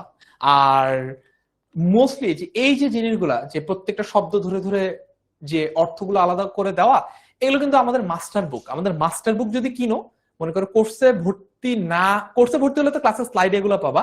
আর যদি কোর্সে ভর্তি না হয়, শুধু মাস্টার বুক কিনতে চাও, সেটাও কিনতে পারো। মাস্টার বুক কিনলেও কিন্তু তোমরা এইভাবে শব্দ ধরে ধরে অর্থগুলো পেয়ে যাবা। সো কারেক্ট অ্যান্সার কি? কারেক্ট অ্যান্সার বি নয়, option A is the correct answer. তারপরে 20% শিক্ষার্থী কেন ভুল করেছে আমি জানি না। Option A is the correct answer, B নয়। সো দেখি তো, ফার্স্ট হয়েছে মরিয়ম, সেকেন্ড হয়েছে মিলা আক্তার এবং থার্ড হয়েছে আহনাফ হাসান। Very good. দেখি 7 নাম্বার প্রশ্ন। 7, বিভীষণের প্রতি মেঘনাদ কবিতায় নিজ কর্মদোষে হায় মজাইলা এ কনক লঙ্কা রাজা উদ্ধৃতিতে নিজ কর্মদোষ, নিজ মানে কোন কর্মদোষের কথা বলা হয়েছে? হায় হায়, সাদায় সাদায় তো মিলে যাচ্ছে। নিজ কর্মদোষ বলতে এখানে কোন কর্মদোষ বোঝানো হয়েছে? 7 নাম্বার, এ সীতাকে অপহরণ, বি শূর্পণখার নাক কর্তন, সি রামের বিরুদ্ধে যুদ্ধ ঘোষণা এবং ডি ঘরামের বনবাস যাত্রা। 7-এর কোনটা হবে দেখি। এটা কবিতায় সরাসরি যদিও লেখা নাই, কিন্তু এই কারণে এই ধরনের প্রশ্ন যাতে তোমরা পারো, এই জন্যই তো তোমাদেরকে কবিতার কনটেক্সট বুঝিয়েছি আমি, তাই না? তাহলে তো এখন পারাটা তোমাদের জন্য উচিত, কর্তব্য, এটা পারা। তো এইখানে বাকি দুইটা আসলে হবেই না। শূর্পণখার নাক কর্তন নাকি সীতাকে অপহরণ, কোনটা হবে? দুইটাই অপরাধ। কোন অপরাধের কথা এখানে বলা হয়েছে? কবিতায় কোনটাকে অপরাধ হিসেবে দেখানো হয়েছে?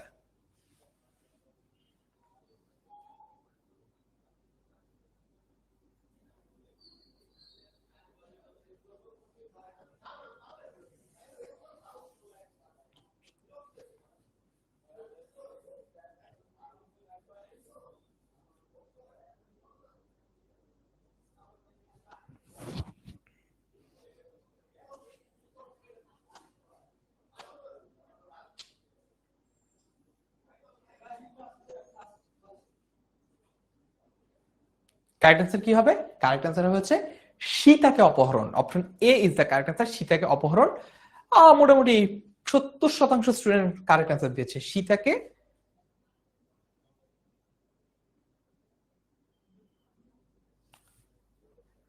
ওকে, দেখি ফার্স্ট সেকেন্ড থার্ড কারা হলো।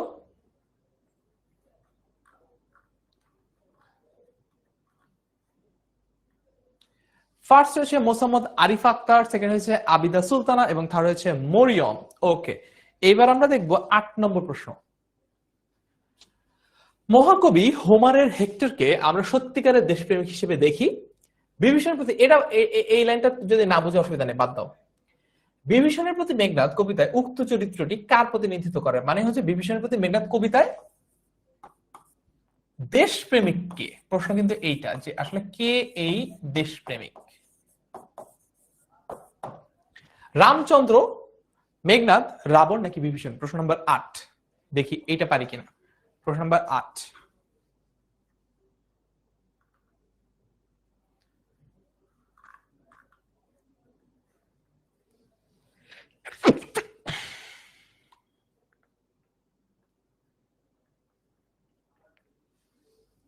একজন জিজ্ঞেস করেছে যে আগের প্রশ্নটার বি হবে না কেন? বি হবে না কারণ হচ্ছে কবিতাটা লাস্ট, মানে কে কাকে বলছে, নিজ কর্মদোষে কে চায় মজাইতে, ঠিক আছে, এটা কে কাকে বলছে তার উপর নির্ভর করে। মেঘনাদের কাছে অপরাধ হচ্ছে, অপরাধ মনে হচ্ছে যে শূর্পণখার নাক কেটে দেওয়া, আর বিভীষণের কাছে অপরাধ বা অপকর্ম মনে হচ্ছে সীতাকে অপহরণ করা। এই জন্য, বুঝেছো? এবার কিন্তু আমরা মোটামুটি সবাই পারছি। Option B is the correct answer, Meghnad. Meghnad is the correct answer. Okay, 8 নম্বর মেঘনাদ।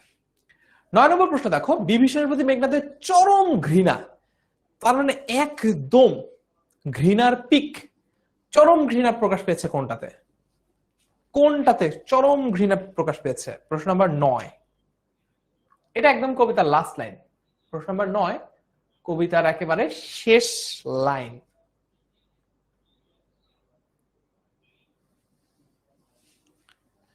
হে পিতৃব্য তব বাক্যে ইচ্ছি মরিবারে, বি কহ মহারথী একই মহারথী প্রথা, এটা বাদ দিলাম।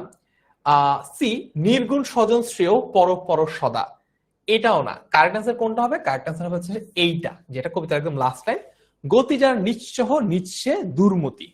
গতিজার নিঃসহ নিচ্ছে দুর্মতি, তার মানে যা ওই যে সৎসঙ্গে স্বর্গবাস অসৎসঙ্গে সর্বনাশ, এটা হলো ওইটা, যে সঙ্গদোষে লোহা ভাসে। তার মানে এই লাইনটার দ্বারা বোঝানো হচ্ছে যে তুমি যে ছোট লোকদের সাথে চলো, রাম লক্ষণদের সাথে, তোমার আচার আচরণ হয়েছে ছোট লোকদের মতো। এটাই কি বলছে? এটাই মেঘনাদ তার চাচা বিভীষণকে উদ্দেশ্য করে বলছে, এবং এই লাইনটার মাধ্যমে আসলে কবিতাটা শেষ হয়।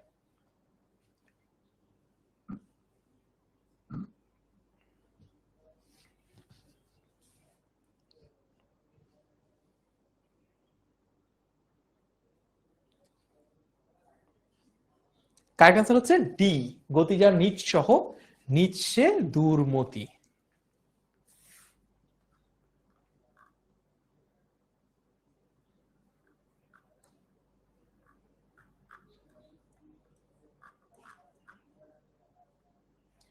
ফার্স্ট হয়েছে মরিয়ম, সেকেন্ড হয়েছে আবিদা সুলতানা, আর থার্ড হয়েছে আফসানা আক্তার।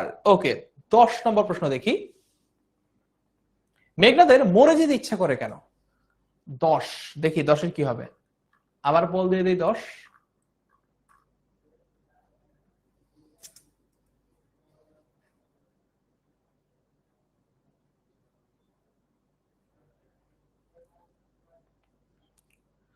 তব বাক্যে ইচ্ছি মরিবারে, লাইনটা কি ছিল মনে আছে? তব বাক্যে, তব বাক্যে, এটা মেঘনাদ বিভীষণকে উদ্দেশ্য করে বলছিল তব বাক্যে ইচ্ছি মরিবারে, তার মানে মরার ইচ্ছা হয় তোমার কথা শুনে, তোমার কথা শুনে মরার ইচ্ছা হয়, তোমার কথা শুনে মরে যেতে ইচ্ছা করে। দেখো তো মেঘনাদের মরে যেতে ইচ্ছা করে কেন? পিতার আচরণে বিনা অস্ত্রে যুদ্ধ করায়, লক্ষণের কথা শুনে, লক্ষণের কথা শুনে না, মানে close but not close enough, বিভীষণের কথা শুনেছে। This should be the correct answer. তো বাকি ইচ্ছে মরিবারে কাকে বলছিল? মেঘনাদ তার চাচা বিভীষণকে বলছে যে তোমার কথা শুনেই আমার মরে যেতে ইচ্ছা করছে, তোমার কথা শুনে আমার মরে যেতে ইচ্ছা করছে। So D is the correct answer, বিভীষণের কথা শুনে, বিভীষণের কথা শুনে। ক্লিয়ার?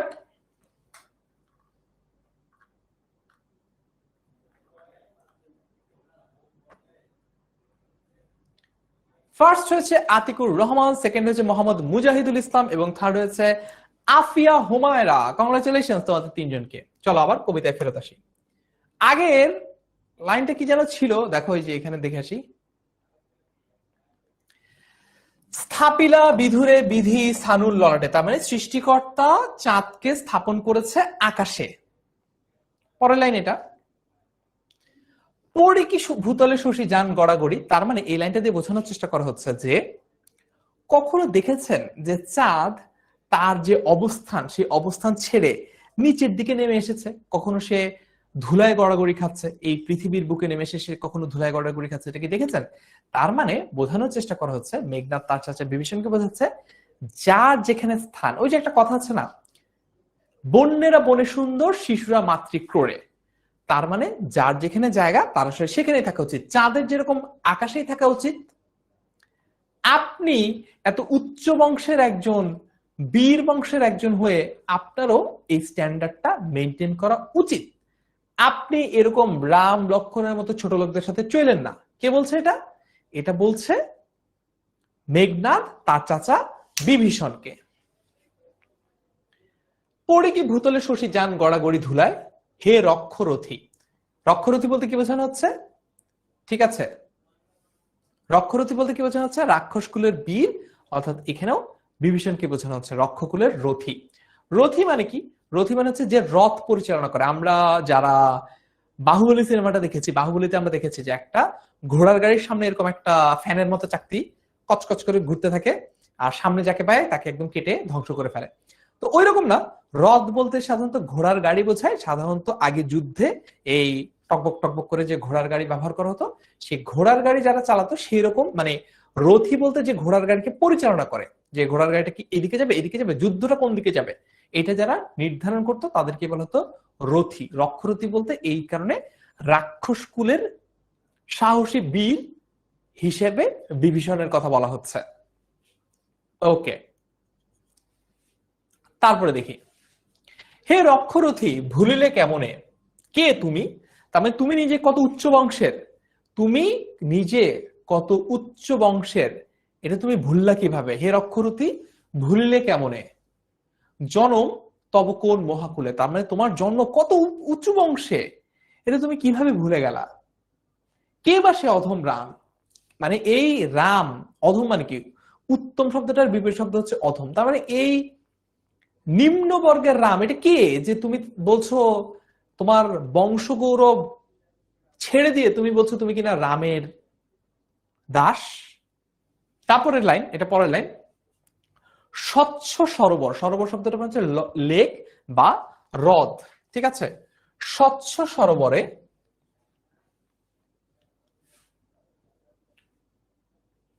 স্বচ্ছ সরোবরে এইখানে যে লাইনটা, সেটা যদি অর্থটা তোমাদেরকে বোঝাই,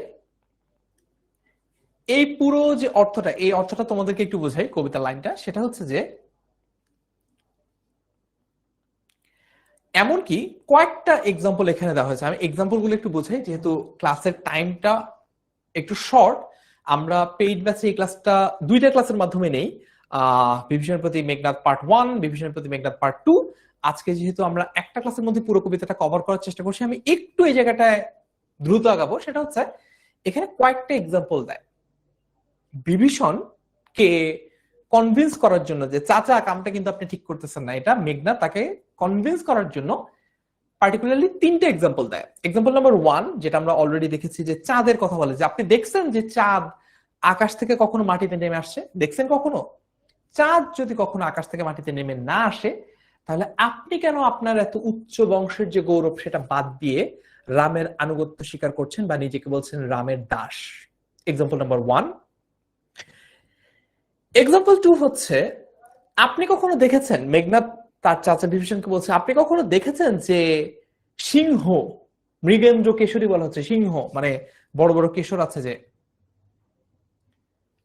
সিংহ কখনো শিয়ালের সাথে বন্ধুত্ব করেছে? দেখেছেন? তার মানে কি? তার মানে হচ্ছে লেভেলের নাই। একটা গান আছে শুনছে, লেভেলের নাই, ওই রকম। তার মানে বিভীষণকে নানান রকম ভাবে কনভিন্স করার চেষ্টা করছে তার ভাতিজা মেঘনাদ, যে চাচা আপনি এই পক্ষে আসেন, আপনি রাম লক্ষণের সাইড বাদ দিয়ে আপনি এই সাইডে আসেন, আমার সাইডে আসেন। প্রথমে চাঁদের এক্সাম্পল দিয়েছে, এরপরে সিংহের এক্সাম্পল দিয়েছে, তারপরে এক্সাম্পল দিয়েছে হচ্ছে সাদা রাজহাঁসের। বলেছে চাচা আপনি কখনো দেখেছেন যে সাদা রাজহাঁস, এই রাজহাঁস কখনো কর্দমাক্ত পুকুরে গিয়ে খেলা করে বা কাদাওয়ালা, মানে রাজহাঁসকে কখনো দেখছেন গায়ে কাদা লাগাইতে? সে কি করে সবসময়? রাজহাঁস সবসময় স্বচ্ছ সরোবরে জলকেলি করে, তার মানে একদম পরিষ্কার টলটলে স্বচ্ছ পানি, যেখানে সাদা পানি যেখানে, সেখানে কিন্তু রাজহাঁস নামে এবং সেখানে রাজহাঁস খেলা করে। তো তিনটা এক্সাম্পল দিয়ে বোঝানোর চেষ্টা করছে যে মেঘনাদ যে বিভীষণের কেন কাজটা উচিত হচ্ছে না। নাম্বার 1 চাঁদের এক্সাম্পল, নাম্বার 2 সিংহের এক্সাম্পল, নাম্বার 3 রাজহাঁসের এক্সাম্পল। এই তিনটা কি বুঝেছি বলতো? এই তিনটা এক্সাম্পলকে আমরা বুঝেছি? বুঝলে একটু ক্লিয়ার বলো।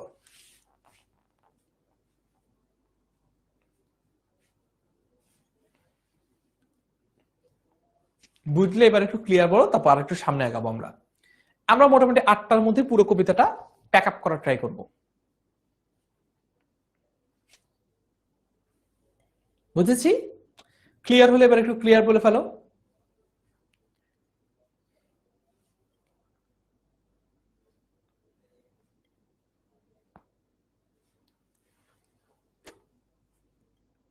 ওকে, আফসান আক্তারের কাছে ক্লিয়ার, মাহির কাছে ক্লিয়ার, ভেরি গুড। নকশি রহমান ক্লিয়ার বলেছে, ফ্যান্টাস্টিক। আর আবারও বলছি, এই বিভীষণের প্রতি মেঘনাদ তো একটা তোমাদের জন্য অপেক্ষাকৃত নতুন কবিতা, একটা কঠিন কবিতা। এটার কিন্তু 2টা পার্টে ক্লাস আমাদের পেইড ব্যাচে হয়। তোমরা যারা এখনো ভর্তি হওনি তারা ভর্তি হয়ে যেতে পারো, তাহলে নিশ্চিন্তে থাকতে পারো যে আজকে না বুঝলেও সমস্যা নাই, আজকে একটা ক্লাসে পুরোটুকু, আজকে যেহেতু একটু শর্টেও পড়াচ্ছি, সো কোনো কিছু যদি না বুঝো সমস্যা নাই, আমাদের যখন পেইড ব্যাচে ক্লাস হবে তখন তুমি পুরোটুকু বুঝে নিতে পারবা। ওকে, এইবার দেখো, ক্ষুদ্রমতি নর। ক্ষুদ্রমতি মানে কি? মানে ছোট। মতি মানে কি? মতি মানে হচ্ছে মন, মানে হচ্ছে ন্যারো মাইন্ডেড। নর বলতে মানুষ বোঝায়। মানে এই ন্যারো মাইন্ডেড দের বিরুদ্ধে আমরা হচ্ছে সুর, বা আমরা হচ্ছে শক্তিমান। তার মানে মেঘনাদ বলছে যে এই রাম লক্ষণ এর হচ্ছে ক্ষুদ্রমতি, তার মানে এর হচ্ছে ন্যারো মাইন্ডেড, ছোট লোক। এই ছোট লোকদের সাথে, ছোট লোক লক্ষণ নহিলে অস্ত্রহীন যোধি সে সম্বোধে সংগ্রামে। এই ব্যাপারটা আমি তোমাদেরকে একটু বুঝিয়ে দিচ্ছি। নিকুম্ভেরা যজ্ঞাগারে যখন মেঘনাদ পূজা করতে গিয়েছিল, তখন কিন্তু তার হাতে কোনো অস্ত্র ছিল না। তার হাতে ফাইট করার জন্য, যুদ্ধ করার জন্য কোনো অস্ত্র ছিল না, কারণ সে গাছে পূজা করতে, প্রার্থনা করতে, সেখানে সে অস্ত্র নিয়ে যায়নি। সেই জায়গায় সুযোগ বুঝে হাজির হয়েছে লক্ষণ, এবং লক্ষণ মেঘনাদকে এই অস্ত্রহীন অবস্থায় যুদ্ধের আহ্বান জানায়। কারণ লক্ষণ জানে যে মেঘনাদ যদি একবার অস্ত্র নিয়ে আসে, ওই যুদ্ধে লক্ষণ জিততে পারবে না। এখন মেঘনাদ সে তো যুদ্ধকে ভয় পায় না, সে বলেছে যে চাচা আপনি সরে দাঁড়ান, আপনি মন্দিরের দরজা থেকে সরে দাঁড়ান, আমি অস্ত্রাগারে যাব আর অস্ত্র নিয়ে ফেরত আসবো, এবং আজকেই লক্ষণকে জমের বাড়িতে পাঠাবো। এটাতে বাধা দিয়েছে কে? বাধা দিয়েছে বিভীষণ। বিভীষণ কিন্তু সরে দাঁড়ায় নাই, বিভীষণ মেঘনাদকে অস্ত্র আনতে যেতে দেয় নাই। এবং লক্ষণ নিজের হাতে অস্ত্র আছে, লক্ষণের হাতে অস্ত্র আছে, কিন্তু মেঘনাদ নিরস্ত্র। এই নিরস্ত্র মেঘনাদকে যুদ্ধের জন্য আহ্বান জানায় লক্ষণ, যেটা আগে যুদ্ধের কিছু প্রিন্সিপাল ছিল, যেমন নারী ও শিশুদেরকে হত্যা করা যাবে না, বা হচ্ছে তোমার যারা সিভিলিয়ান তাদেরকে অকারণে মেরে ফেলা যাবে না। একই রকম একটা ছিল যে একজনের যদি অস্ত্রহীন থাকে তার সাথে যুদ্ধ করা যাবে না, তার মানে যুদ্ধ করতে হলে অস্ত্র থাকতে হবে দুই পক্ষের হাতে। এটা হলো তৎকালীন যুদ্ধ শাস্ত্র রীতি বা যুদ্ধের প্রিন্সিপাল এরকম। তো এই যুদ্ধ শাস্ত্র নীতিকে বৃদ্ধাঙ্গুলি দেখিয়ে কি করেছে লক্ষণ? যুদ্ধ করতে চেয়েছে মেঘনাদের সাথে, যখন মেঘনাদ কিনা নিরস্ত্র। তো এই কনটেক্সটে সে বলছে যে অস্ত্রহীন যোধে কি সে সম্বন্ধে সংগ্রামে, তার মানে লক্ষণ যদি নিতান্তই ছোট লোক না হতো, মেঘনাদ বলছে তার চাচাকে যে লক্ষণ যদি নিতান্তই ছোট লোক না হতো তাহলে কি সে আমি অস্ত্রহীন অবস্থায় সে আমার সাথে যুদ্ধের ডাক দিত, সে আমার সাথে যুদ্ধ করতে চাইতো। কহ মহারথী, তার মানে হে মহাবীর, কাকে বোঝাচ্ছে? বিভীষণকে।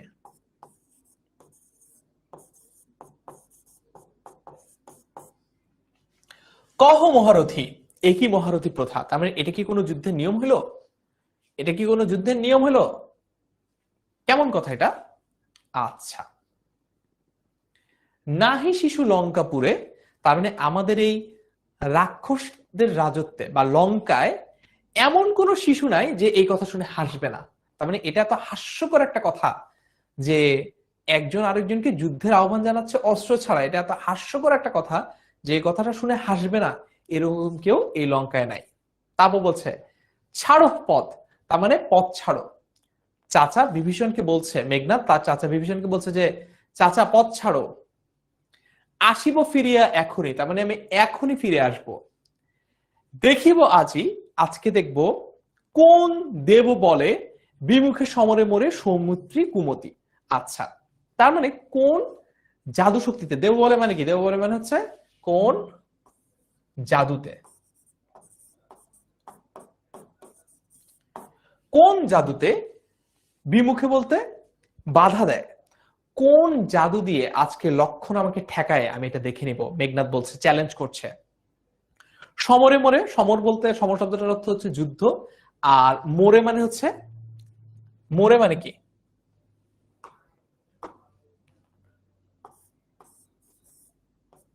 মোরে শব্দটা মানে হচ্ছে আমাকে।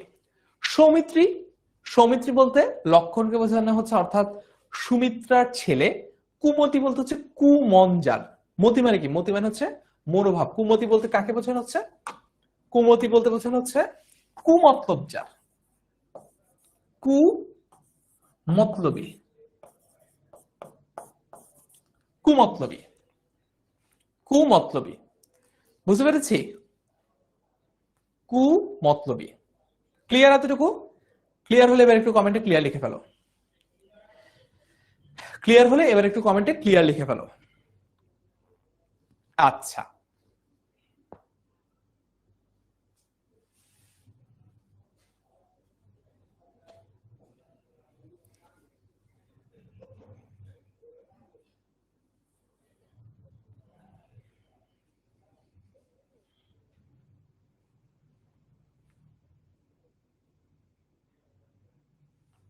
ক্লিয়ার? অল ক্লিয়ার, আফসানা বলছে, ভেরি গুড। দৈব দত্ত নর রণে, মানে দেব অর্থাৎ দেবতা, ওই যে ইন্দ্রজিৎ কে ছিল দেবতাদের রাজা। দৈত্য, দৈত্য বলতে নিজেদের কথাই বোঝানো হচ্ছে, মানে রাক্ষস অর্থাৎ রাবণ, বীরবাহু, কুম্ভকর্ণ, মেঘনাদ, তাদের কথা বলছে দৈত্য। নর মানে হচ্ছে মানুষ, রাম লক্ষণের হচ্ছে মানুষ। রণ শব্দটা হচ্ছে যুদ্ধ, তার মানে মনে করো তৃতীয় বিশ্বযুদ্ধ। ঠিক আছে, তৃতীয় বিশ্বযুদ্ধ হলে কি হতো? সব পক্ষ মিলে একটা রয়্যাল র্যাম্বল। ডব্লিউডব্লিউই দেখেছো রয়্যাল র্যাম্বল, যে সবাই মিলে মারামারি করছে। জিটিএ ভাইস সিটিতে একটা চিট কোড ছিল, চিট কোডটা হচ্ছে ফাইট ফাইট ফাইট। এই ফাইট ফাইট ফাইট এই চিট কোডটা দিলে সবাই সবার সাথে মারামারি করতো, যে যারে যা পারে তাই নিয়ে মারে। তো ওই রকম একটা যুদ্ধ হয়েছিল, যুদ্ধটাতে সবাই সবাইকে মেরেছে। দেব, দৈত্য, নর, রণে। রণ মানে কি? রণ মানে কি? একই রণ বাজে গণ গণ গণ গণ, কি একটা বিটিভিতে গান হতো না? রণ মানে হচ্ছে যুদ্ধ। স্বচক্ষে দেখেছো রক্ষশ্রেষ্ঠ পরাক্রম দাসের, তার মানে তুমি নিজের চোখে দেখেছো রক্ষশ্রেষ্ঠ, তার মানে বিভীষণকে রক্ষশ্রেষ্ঠ বলছে, শ্রেষ্ঠ রাক্ষস বলা হচ্ছে এবার। পরাক্রম দাসের, পরাক্রম বলতে শক্তি, সামর্থ্য, বীরত্ব। তার মানে তুমি যখন এরকম রয়্যাল র্যাম্বলটা হলো, সবাই সবার সাথে ফাইট ফাইট ফাইট চিট করতে মারামারি করতে শুরু করে দিল, তখন চাচা তুমি নিজেই তো দেখছো তোমার ভাতিজা মেঘনাদের শক্তি, সামর্থ্য, এটা দেখছো না? হ্যাঁ ঠিক আছে, আগেই দেখেছো। কি দেখি ডরিবে এ দাস হেন দুর্বল মানবে। তার মানে এই দুর্বল মানুষ অর্থাৎ লক্ষণের কথা বলা হচ্ছে। এই দুর্বল মানবকে, দুর্বল মানব হচ্ছে লাক্সম্যান। তার মানে লক্ষণের মতো এই দুর্বল মানুষকে দেখে এই হেন দাস, দাসকে, দাস হচ্ছে এখানে মেঘনাদ, ওই যে বিনয়ের অবতার, বিনয় করে নিজেকে নিজে দাস বলছে। আমি এই লক্ষণকে দেখে ভয় পাওয়ার কোনো প্রশ্নই আসে না। তারপর দেখো কিভাবে নিকুম্ভিলা যজ্ঞাগারে প্রগল্ভে পশিল দম্ভি আজ্ঞা করো দাসে শাস্তি নরধমে। তার মানে বলা হচ্ছে যে কত বড় সাহস এই লক্ষণের, সে এই নিকুম্ভিলা যজ্ঞাগারে দম্ভ নিয়ে, তার মানে অহংকারের সাথে প্রগল্ভে পশিল। প্রগল্ভে শব্দটা মানে কি? প্রগল্ভে মানে হচ্ছে নির্ভীক ভাবে, কোন রকম ভয় ডর ছাড়া। পশিল শব্দটা মানে হচ্ছে প্রবেশ করলো। কিভাবে? কোন রকম ভয় ডর ছাড়াই তারা প্রবেশ করলো লক্ষণ। আচ্ছা, প্রফুল্ল, প্রফুল্ল কমলে মানে ফুটছে, ফুটন্ত কমল, কমল মানে হচ্ছে পদ্ম ফুল। ফুটন্ত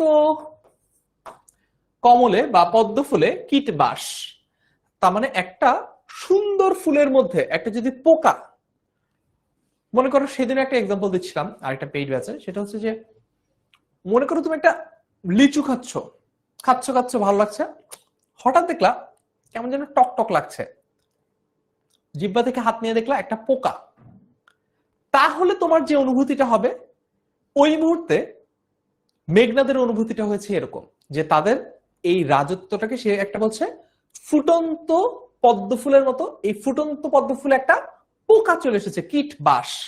এই কীট পোকা কাকে বলছে? লক্ষণকে বলছে। লক্ষণকে বলছে এই কীটের বাস মানে হচ্ছে বসবাস, বসবাস। সহিব কেমন, তার মানে কিভাবে সহ্য করব? হেন অপমান আমি ভাতৃপুত্র তব, তার মানে তোমার মতো একজন বীরের ভাতিজা হয়ে এইরকম নিজের রাজ্যের এইরকম একটা অপমান কিভাবে আমি সহ্য করব? এটা কি আমার পক্ষে সহ্য করা সম্ভব? আচ্ছা, মহামন্ত্র বলে যথা নম্রশির ফণি মলিন বদনে লাজে উত্তরিলা রথি রাবণ অনুজ লক্ষ্মী রাবণাত্ম। যে একজন একটা একটু প্রশ্ন করেছিল যে ভাইয়া রাবণ অনুজ বলতে কেন অপশনে আমরা বিভীষণকেই কারেক্ট আনসার হিসেবে পিক করেছিলাম, কেন আসলে কুম্ভকর্ণকে নেই নেই? কারণ এখানে বইতে রাবণ অনুজ বলতে মানে কবিতায় রাবণ অনুজ বলতে সরাসরি বিভীষণকে বোঝানো হচ্ছে। হ্যাঁ, এইটা একটু তাহলে একটু এবার এই অংশটা বুঝিয়ে দেয়, এই অংশটাতে কি বোঝানো হচ্ছে। মহামন্ত্র বলে যথা নম্রশির ফণি মলিন বদনে লাজে উত্তরিলা রথি রাবণ অনুজ লক্ষ্মী রাবণ আত্মজে। আচ্ছা, তোমরা আমি সরে দাঁড়াই, তুমি একটু অর্থগুলো চাইলে দেখে নিতে পারো, আমি একটু তোমাদেরকে ওভারঅল বলে দিই যে ঘটনাটা কি ঘটলো এখানে। যখন এরকম মনে করো এরকম সাপ ফোঁস ফোঁস করছে, সেই সাপের সামনে গিয়ে তুমি মনে করো এরকম কি বাজাচ্ছ? বিন বাজাচ্ছ, এভাবে বিন বাজাচ্ছ। তো সাপ এরকম ফোঁস ফোঁস করে তোমাকে কামড় দিতে যাচ্ছে, তুমি হচ্ছে এভাবে বিন বাজাচ্ছ। তো বিন বাজিয়ে মন্ত্র সাধনের মাধ্যমে, মন্ত্রের মাধ্যমে এই ফণি তোলা সাপকে যেরকম মন্ত্রমুগ্ধ করে এইভাবে যেমন তার ফণিটা নামানো যায়, ঠিক আছে, ফণিটা নামানো যায়, সেই রকম করে মানে মনে করো একটা সাপ এরকম ফনা তুলেছে, কামড় দিবে দিবে, ছোবল দিবে দিবে এরকম ভাব, তখন কেউ এসে তাকে এভাবে জাদু করছে, জাদু করছে, জাদু করছে। জাদুটা যদি কাজ করে তাহলে সে যেরকম লজ্জা অবনত ভাবে মানে লজ্জিত ভাবে যেরকম মাথাটা নামিয়ে নিবে, সেরকম ভাবেই মাথাটা নামিয়ে নিয়েছে কে? বিভীষণ। বিভীষণ মাথাটা নামিয়ে নিয়ে উত্তরিলা রথি, তার মানে বিভীষণ উত্তর দিল, উত্তরিলা রথি রাবণ অনুজ, তার মানে রাবণের অনুজ বা রাবণের ছোট ভাই বিভীষণ উত্তর করলো লক্ষ্মী রাবণাত্ম। যে লক্ষ্মী মানে কি? লক্ষ্মী শব্দ, এই লক্ষ্মী মানে কি? ঘরের লক্ষ্মী না, এই লক্ষ্মী মানে হচ্ছে লক্ষ্য করে, উদ্দেশ্য করে। রাবণ আত্মজে, রাবণ অনুজ মানে হচ্ছে রাবণের অনুজ বা রাবণের ছোট ভাই বিভীষণ, রাবণ আত্মজ মানে হচ্ছে রাবণের ছেলে। এইখানে স্পেসিফিক্যালি বোঝানো হচ্ছে মেঘনাদের কথা, মেঘনাদকে বলছে। হ্যাঁ, হিপনোটাইজ, রাইট, সীমা বলছে হিপনোটাইজ, ভেরি গুড। এ কনক লঙ্কা রাজা মজিলা আপনি বিরত সতত পাবে দেবকুল এবে পাপপূর্ণ লঙ্কাপুরী প্রলয় যেমতি বসুধা ডুবিছে লঙ্কা এ কালো ট্রেলে। এতটুকু অংশ একবারে ব্যাখ্যা করে দেই। এই অংশটার মাধ্যমে কবি বোঝানোর চেষ্টা করছে যখন বিশাল একটা দুর্যোগ আসে, মনে করো নূহ আলাইহিস সালামের সময় যেরকম পুরো পৃথিবী মহাপ্লাবনে ডুবে গিয়েছিল, বা একদম ইসরাফিল আলাইহিস সালাম যখন সিংহায় ফু দিবেন তখন যেরকম পুরো পৃথিবী এই বিশ্ব মহাজগৎ ভেঙে তছনছ চুরমার হয়ে যাবে, একদম কিয়ামত, ওই রকম একটা দুর্যোগ আমরা দেখছি এখন। অর্থাৎ তোমাদের পাপের কারণে, বিভীষণ বলছে তোমাদের পাপের কারণে কালো সলিল, তার মানে কালো পানিতে যেন এই লঙ্কা রাজ্যটা ডুবে যাচ্ছে। তোমাদের পাপ পঙ্কিলতায় এই মহান রাজত্বটা রীতিমতো ডুবে যাচ্ছে, শেষ হয়ে যাচ্ছে, ধ্বংস হয়ে যাচ্ছে। তখন চাচা বিভীষণ বলছে, কিন্তু এই রকম পাপে, তোমাদের করা পাপে আমি কেন নিজেকে এর মধ্যে জড়াবো, আমি কেন এই কলঙ্কের ভার নিব? কে বলছে? বিভীষণ তার ভাতিজা মেঘনাদকে বলছে। রাঘবের পদাশ্রয়ে রক্ষার্থে আশ্রয় আমি। তেই তেই মানে হচ্ছে সেজন্য, তার মানে এই কারণে রাঘব বলতে এখানে রামকে বোঝানো হচ্ছে, রাম। এই জন্যই রামের পদাশ্রয়, রামের পায়ের আশ্রয়ে আমি আশ্রয় নিয়েছি, এই জন্যই। কি বলেছে তারপর বিভীষণ? পর দোষে কে চাহে মজিতে, তার মানে পরের দোষে কে চায় ফাঁসতে। পর দোষে কে চায় মজিতে বলতে বোঝানো হচ্ছে পরের দোষে কে চায় মগ্ন হতে বা মজে যেতে, কে চায়? আমি চাই না, অ্যাটলিস্ট আমি চাই না, বিভীষণ বলছে এটা। এই যে দেখো, বিভীষণ মেঘনাদকে বলছে যে সে রামের পায়ের কাছে আশ্রয় নিয়েছে, বলছে যে আমি রামের পায়ের কাছে আশ্রয় নিয়েছি। রাবণ যে সীতাকে অপহরণ করেছে এটা ছিল ভুল, আর বিভীষণ এই ভুলের অংশ হতে চায় না। এইটা তোমরা একটু ভালো মতো পড়লে আশা করি তোমাদের আন্ডারস্ট্যান্ডিংটা ক্লিয়ার হবে। রুশিলা বাসত্রাস গম্ভীরে যে মতি, তার মানে এই কথা শুনে, যখন এই কথাটা বলল বিভীষণ, যখন এই কথাটা বলল তার ভাতিজা মেঘনাদকে, এটা শুনে একদম, এতক্ষণ তো সে একটু বিনয় দেখিয়ে কথা বলছিল, এইবার সে রুশিলা বাসত্রাস মানে সে এবার রেগে গেল। রুশিলা মানে কি? রুশিলা মানে রাগ করলো, মানে একদম এইবার সে ক্ষোভে ফেটে পড়লো। কেমন রাগ দেখালো সে?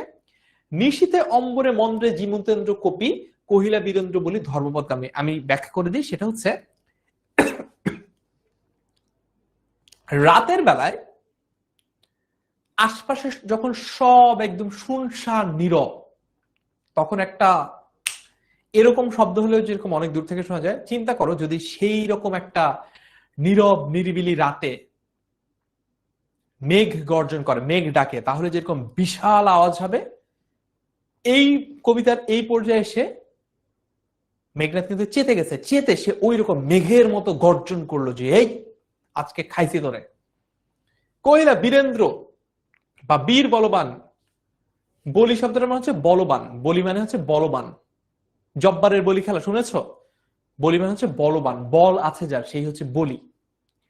কহিলা বীরেন্দ্র বলি ধর্মপদগামী, হে রাক্ষস রাজানুজ, তার মানে রাক্ষসদের রাজা রাবণ, তার অনুজ অর্থাৎ তার ছোট ভাই।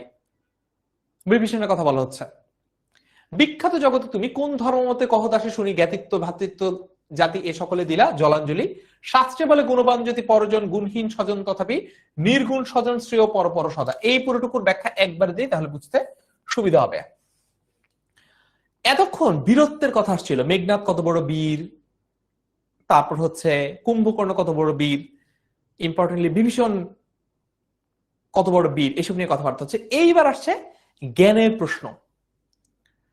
বিভীষণকে মেঘনাদ বলছে যে আপনি এত বড় জ্ঞানী, ধর্মীয় এমন কোন জ্ঞান নাই যেটা আপনি জানেন না। আপনি বলেন তো কোন ধর্মীয় শাস্ত্র অনুযায়ী, কোন ধর্মীয় বই অনুযায়ী আপনি এটা পেয়েছেন যে আপনি আত্মীয় স্বজনকে ত্যাগ করে অন্য পক্ষে চলে যাবেন, সোজা কথায় বেইমানি করবেন নিজের আত্মীয়দের সাথে। এই যে দেখো, কোন ধর্মমতে কহ দাসে, দাস তো মেঘনাদ নিজে নিজেকে বলছে, শুনি জ্ঞাতিত্ব মানে আত্মীয়তা, ভ্রাতৃত্ব মানে ভাইয়ের যে সম্পর্ক সেটা, জাতি এ সকলে দিলা জলাঞ্জলি, তার মানে সবকিছু তুমি বিসর্জন দিয়ে দিলা। কোন ধর্ম মতে, কোন ধর্ম তোমাকে এই কথা বলেছে?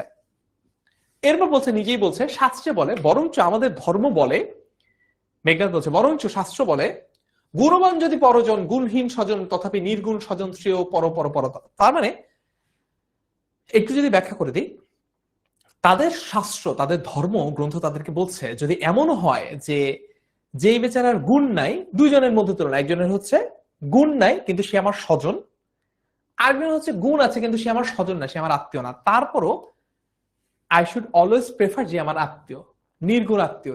যেমন বলেছে যে গুণহীন স্বজন যার গুণ নাই, অন্যদিকে গুণবান যদি পরজন, তার মানে সে আত্মীয় না, সে আপন কেউ না, তাহলেও কি বলেছে, তথাপি নির্গুণ স্বজন শ্রেয়, শ্রেয় মানে হচ্ছে শ্রেষ্ঠ বা ভালো, বেটার, বেস্ট, নির্গুণ স্বজন পর পর সদা, তার মানে সব সময় সব সময় সব সময় যে বেচারা আমার আত্মীয় তাকে আমি বেশি প্রেফার করব, he or she is better then someone else যে আমার আত্মীয় না, তার গুণ থাকুক অথবা না থাকুক, তার গুণ থাকুক অথবা না থাকুক।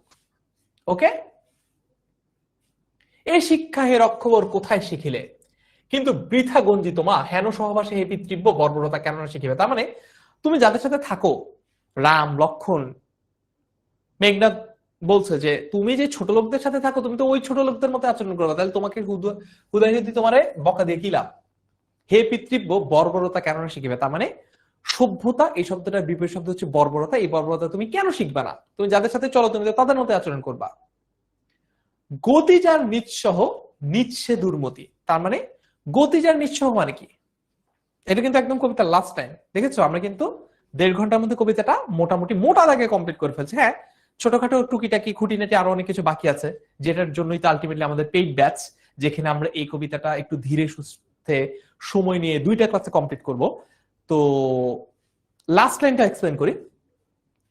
গতি যার নিঃসহ, গতি মানে কি, গতি বলতে বোঝানো হচ্ছে যার চলাচল, মানে ওঠা বসা। এই কথাটা শুনেছো, you are the average of the 5 friends, you are the average of the 5 friends you roam with, তার মানে তুমি সবসময় যে এই 5 জন বন্ধুর সাথে থাকো তারা যেমন করবে তুমি তো তেমনই করবে। তো গতি বলতে চলাচল যার নিঃসহ, তার মানে যে নিচু লোকদের সাথে চলাচল করে, নিচ্ছে দুর্মতি, সে নিজেও ওই নিচু লোকদের মতোই হয়। দুর্মতি বলতে ওই যে, দুর্মতি বলতে যার মতলবটা হচ্ছে দুষ্ট বা খারাপ এমন বোঝাচ্ছে, মতলবটা হচ্ছে দুষ্ট বা খারাপ এমন বোঝাচ্ছে। ক্লিয়ার? শেষ, কবিতা শেষ।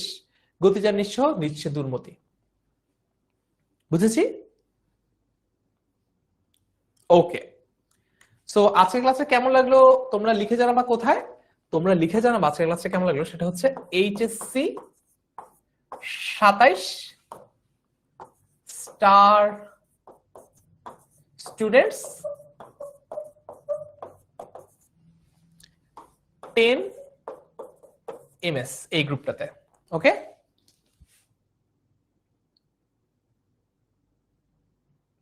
ক্লিয়ার?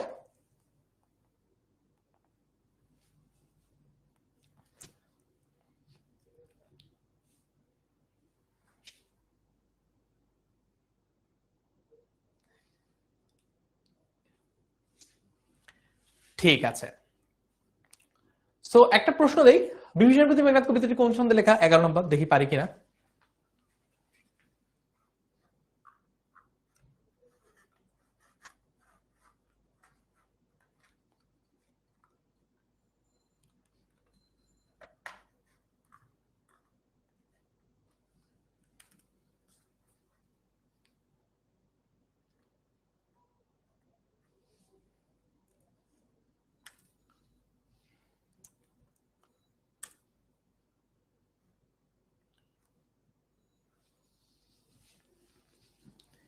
স্বরবৃত্ত, মাত্রাবৃত্ত, অমিত্রাক্ষর, স্বরমাত্রিক, এটার উত্তর আমরা পারি। এটা হচ্ছে মাত্রাবৃত্ত হবে না, স্বরবৃত্ত হবে না, এটা হচ্ছে অমিত্রাক্ষর হবে। বিভীষণের প্রতি মেঘনাদ কি হবে? এটা অমিত্রাক্ষর।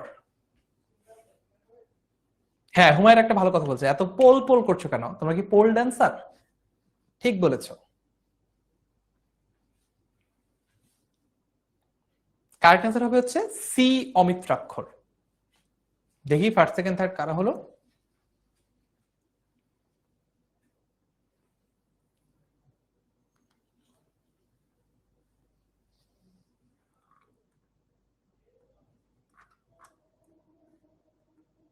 সো ফার্স্ট হচ্ছে আবিদা সুলতানা, সেকেন্ড হচ্ছে অরত্রিকা সাহা এবং থার্ড হচ্ছে মিলা আক্তার।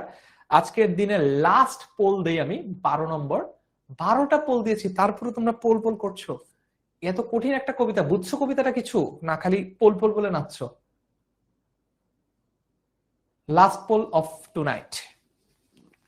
বিভীষণের প্রতি মেঘনাদ কবিতায় তস্কর বা চুর বলা হয়েছে কাকে? চুর কাকে বলা হয়েছে?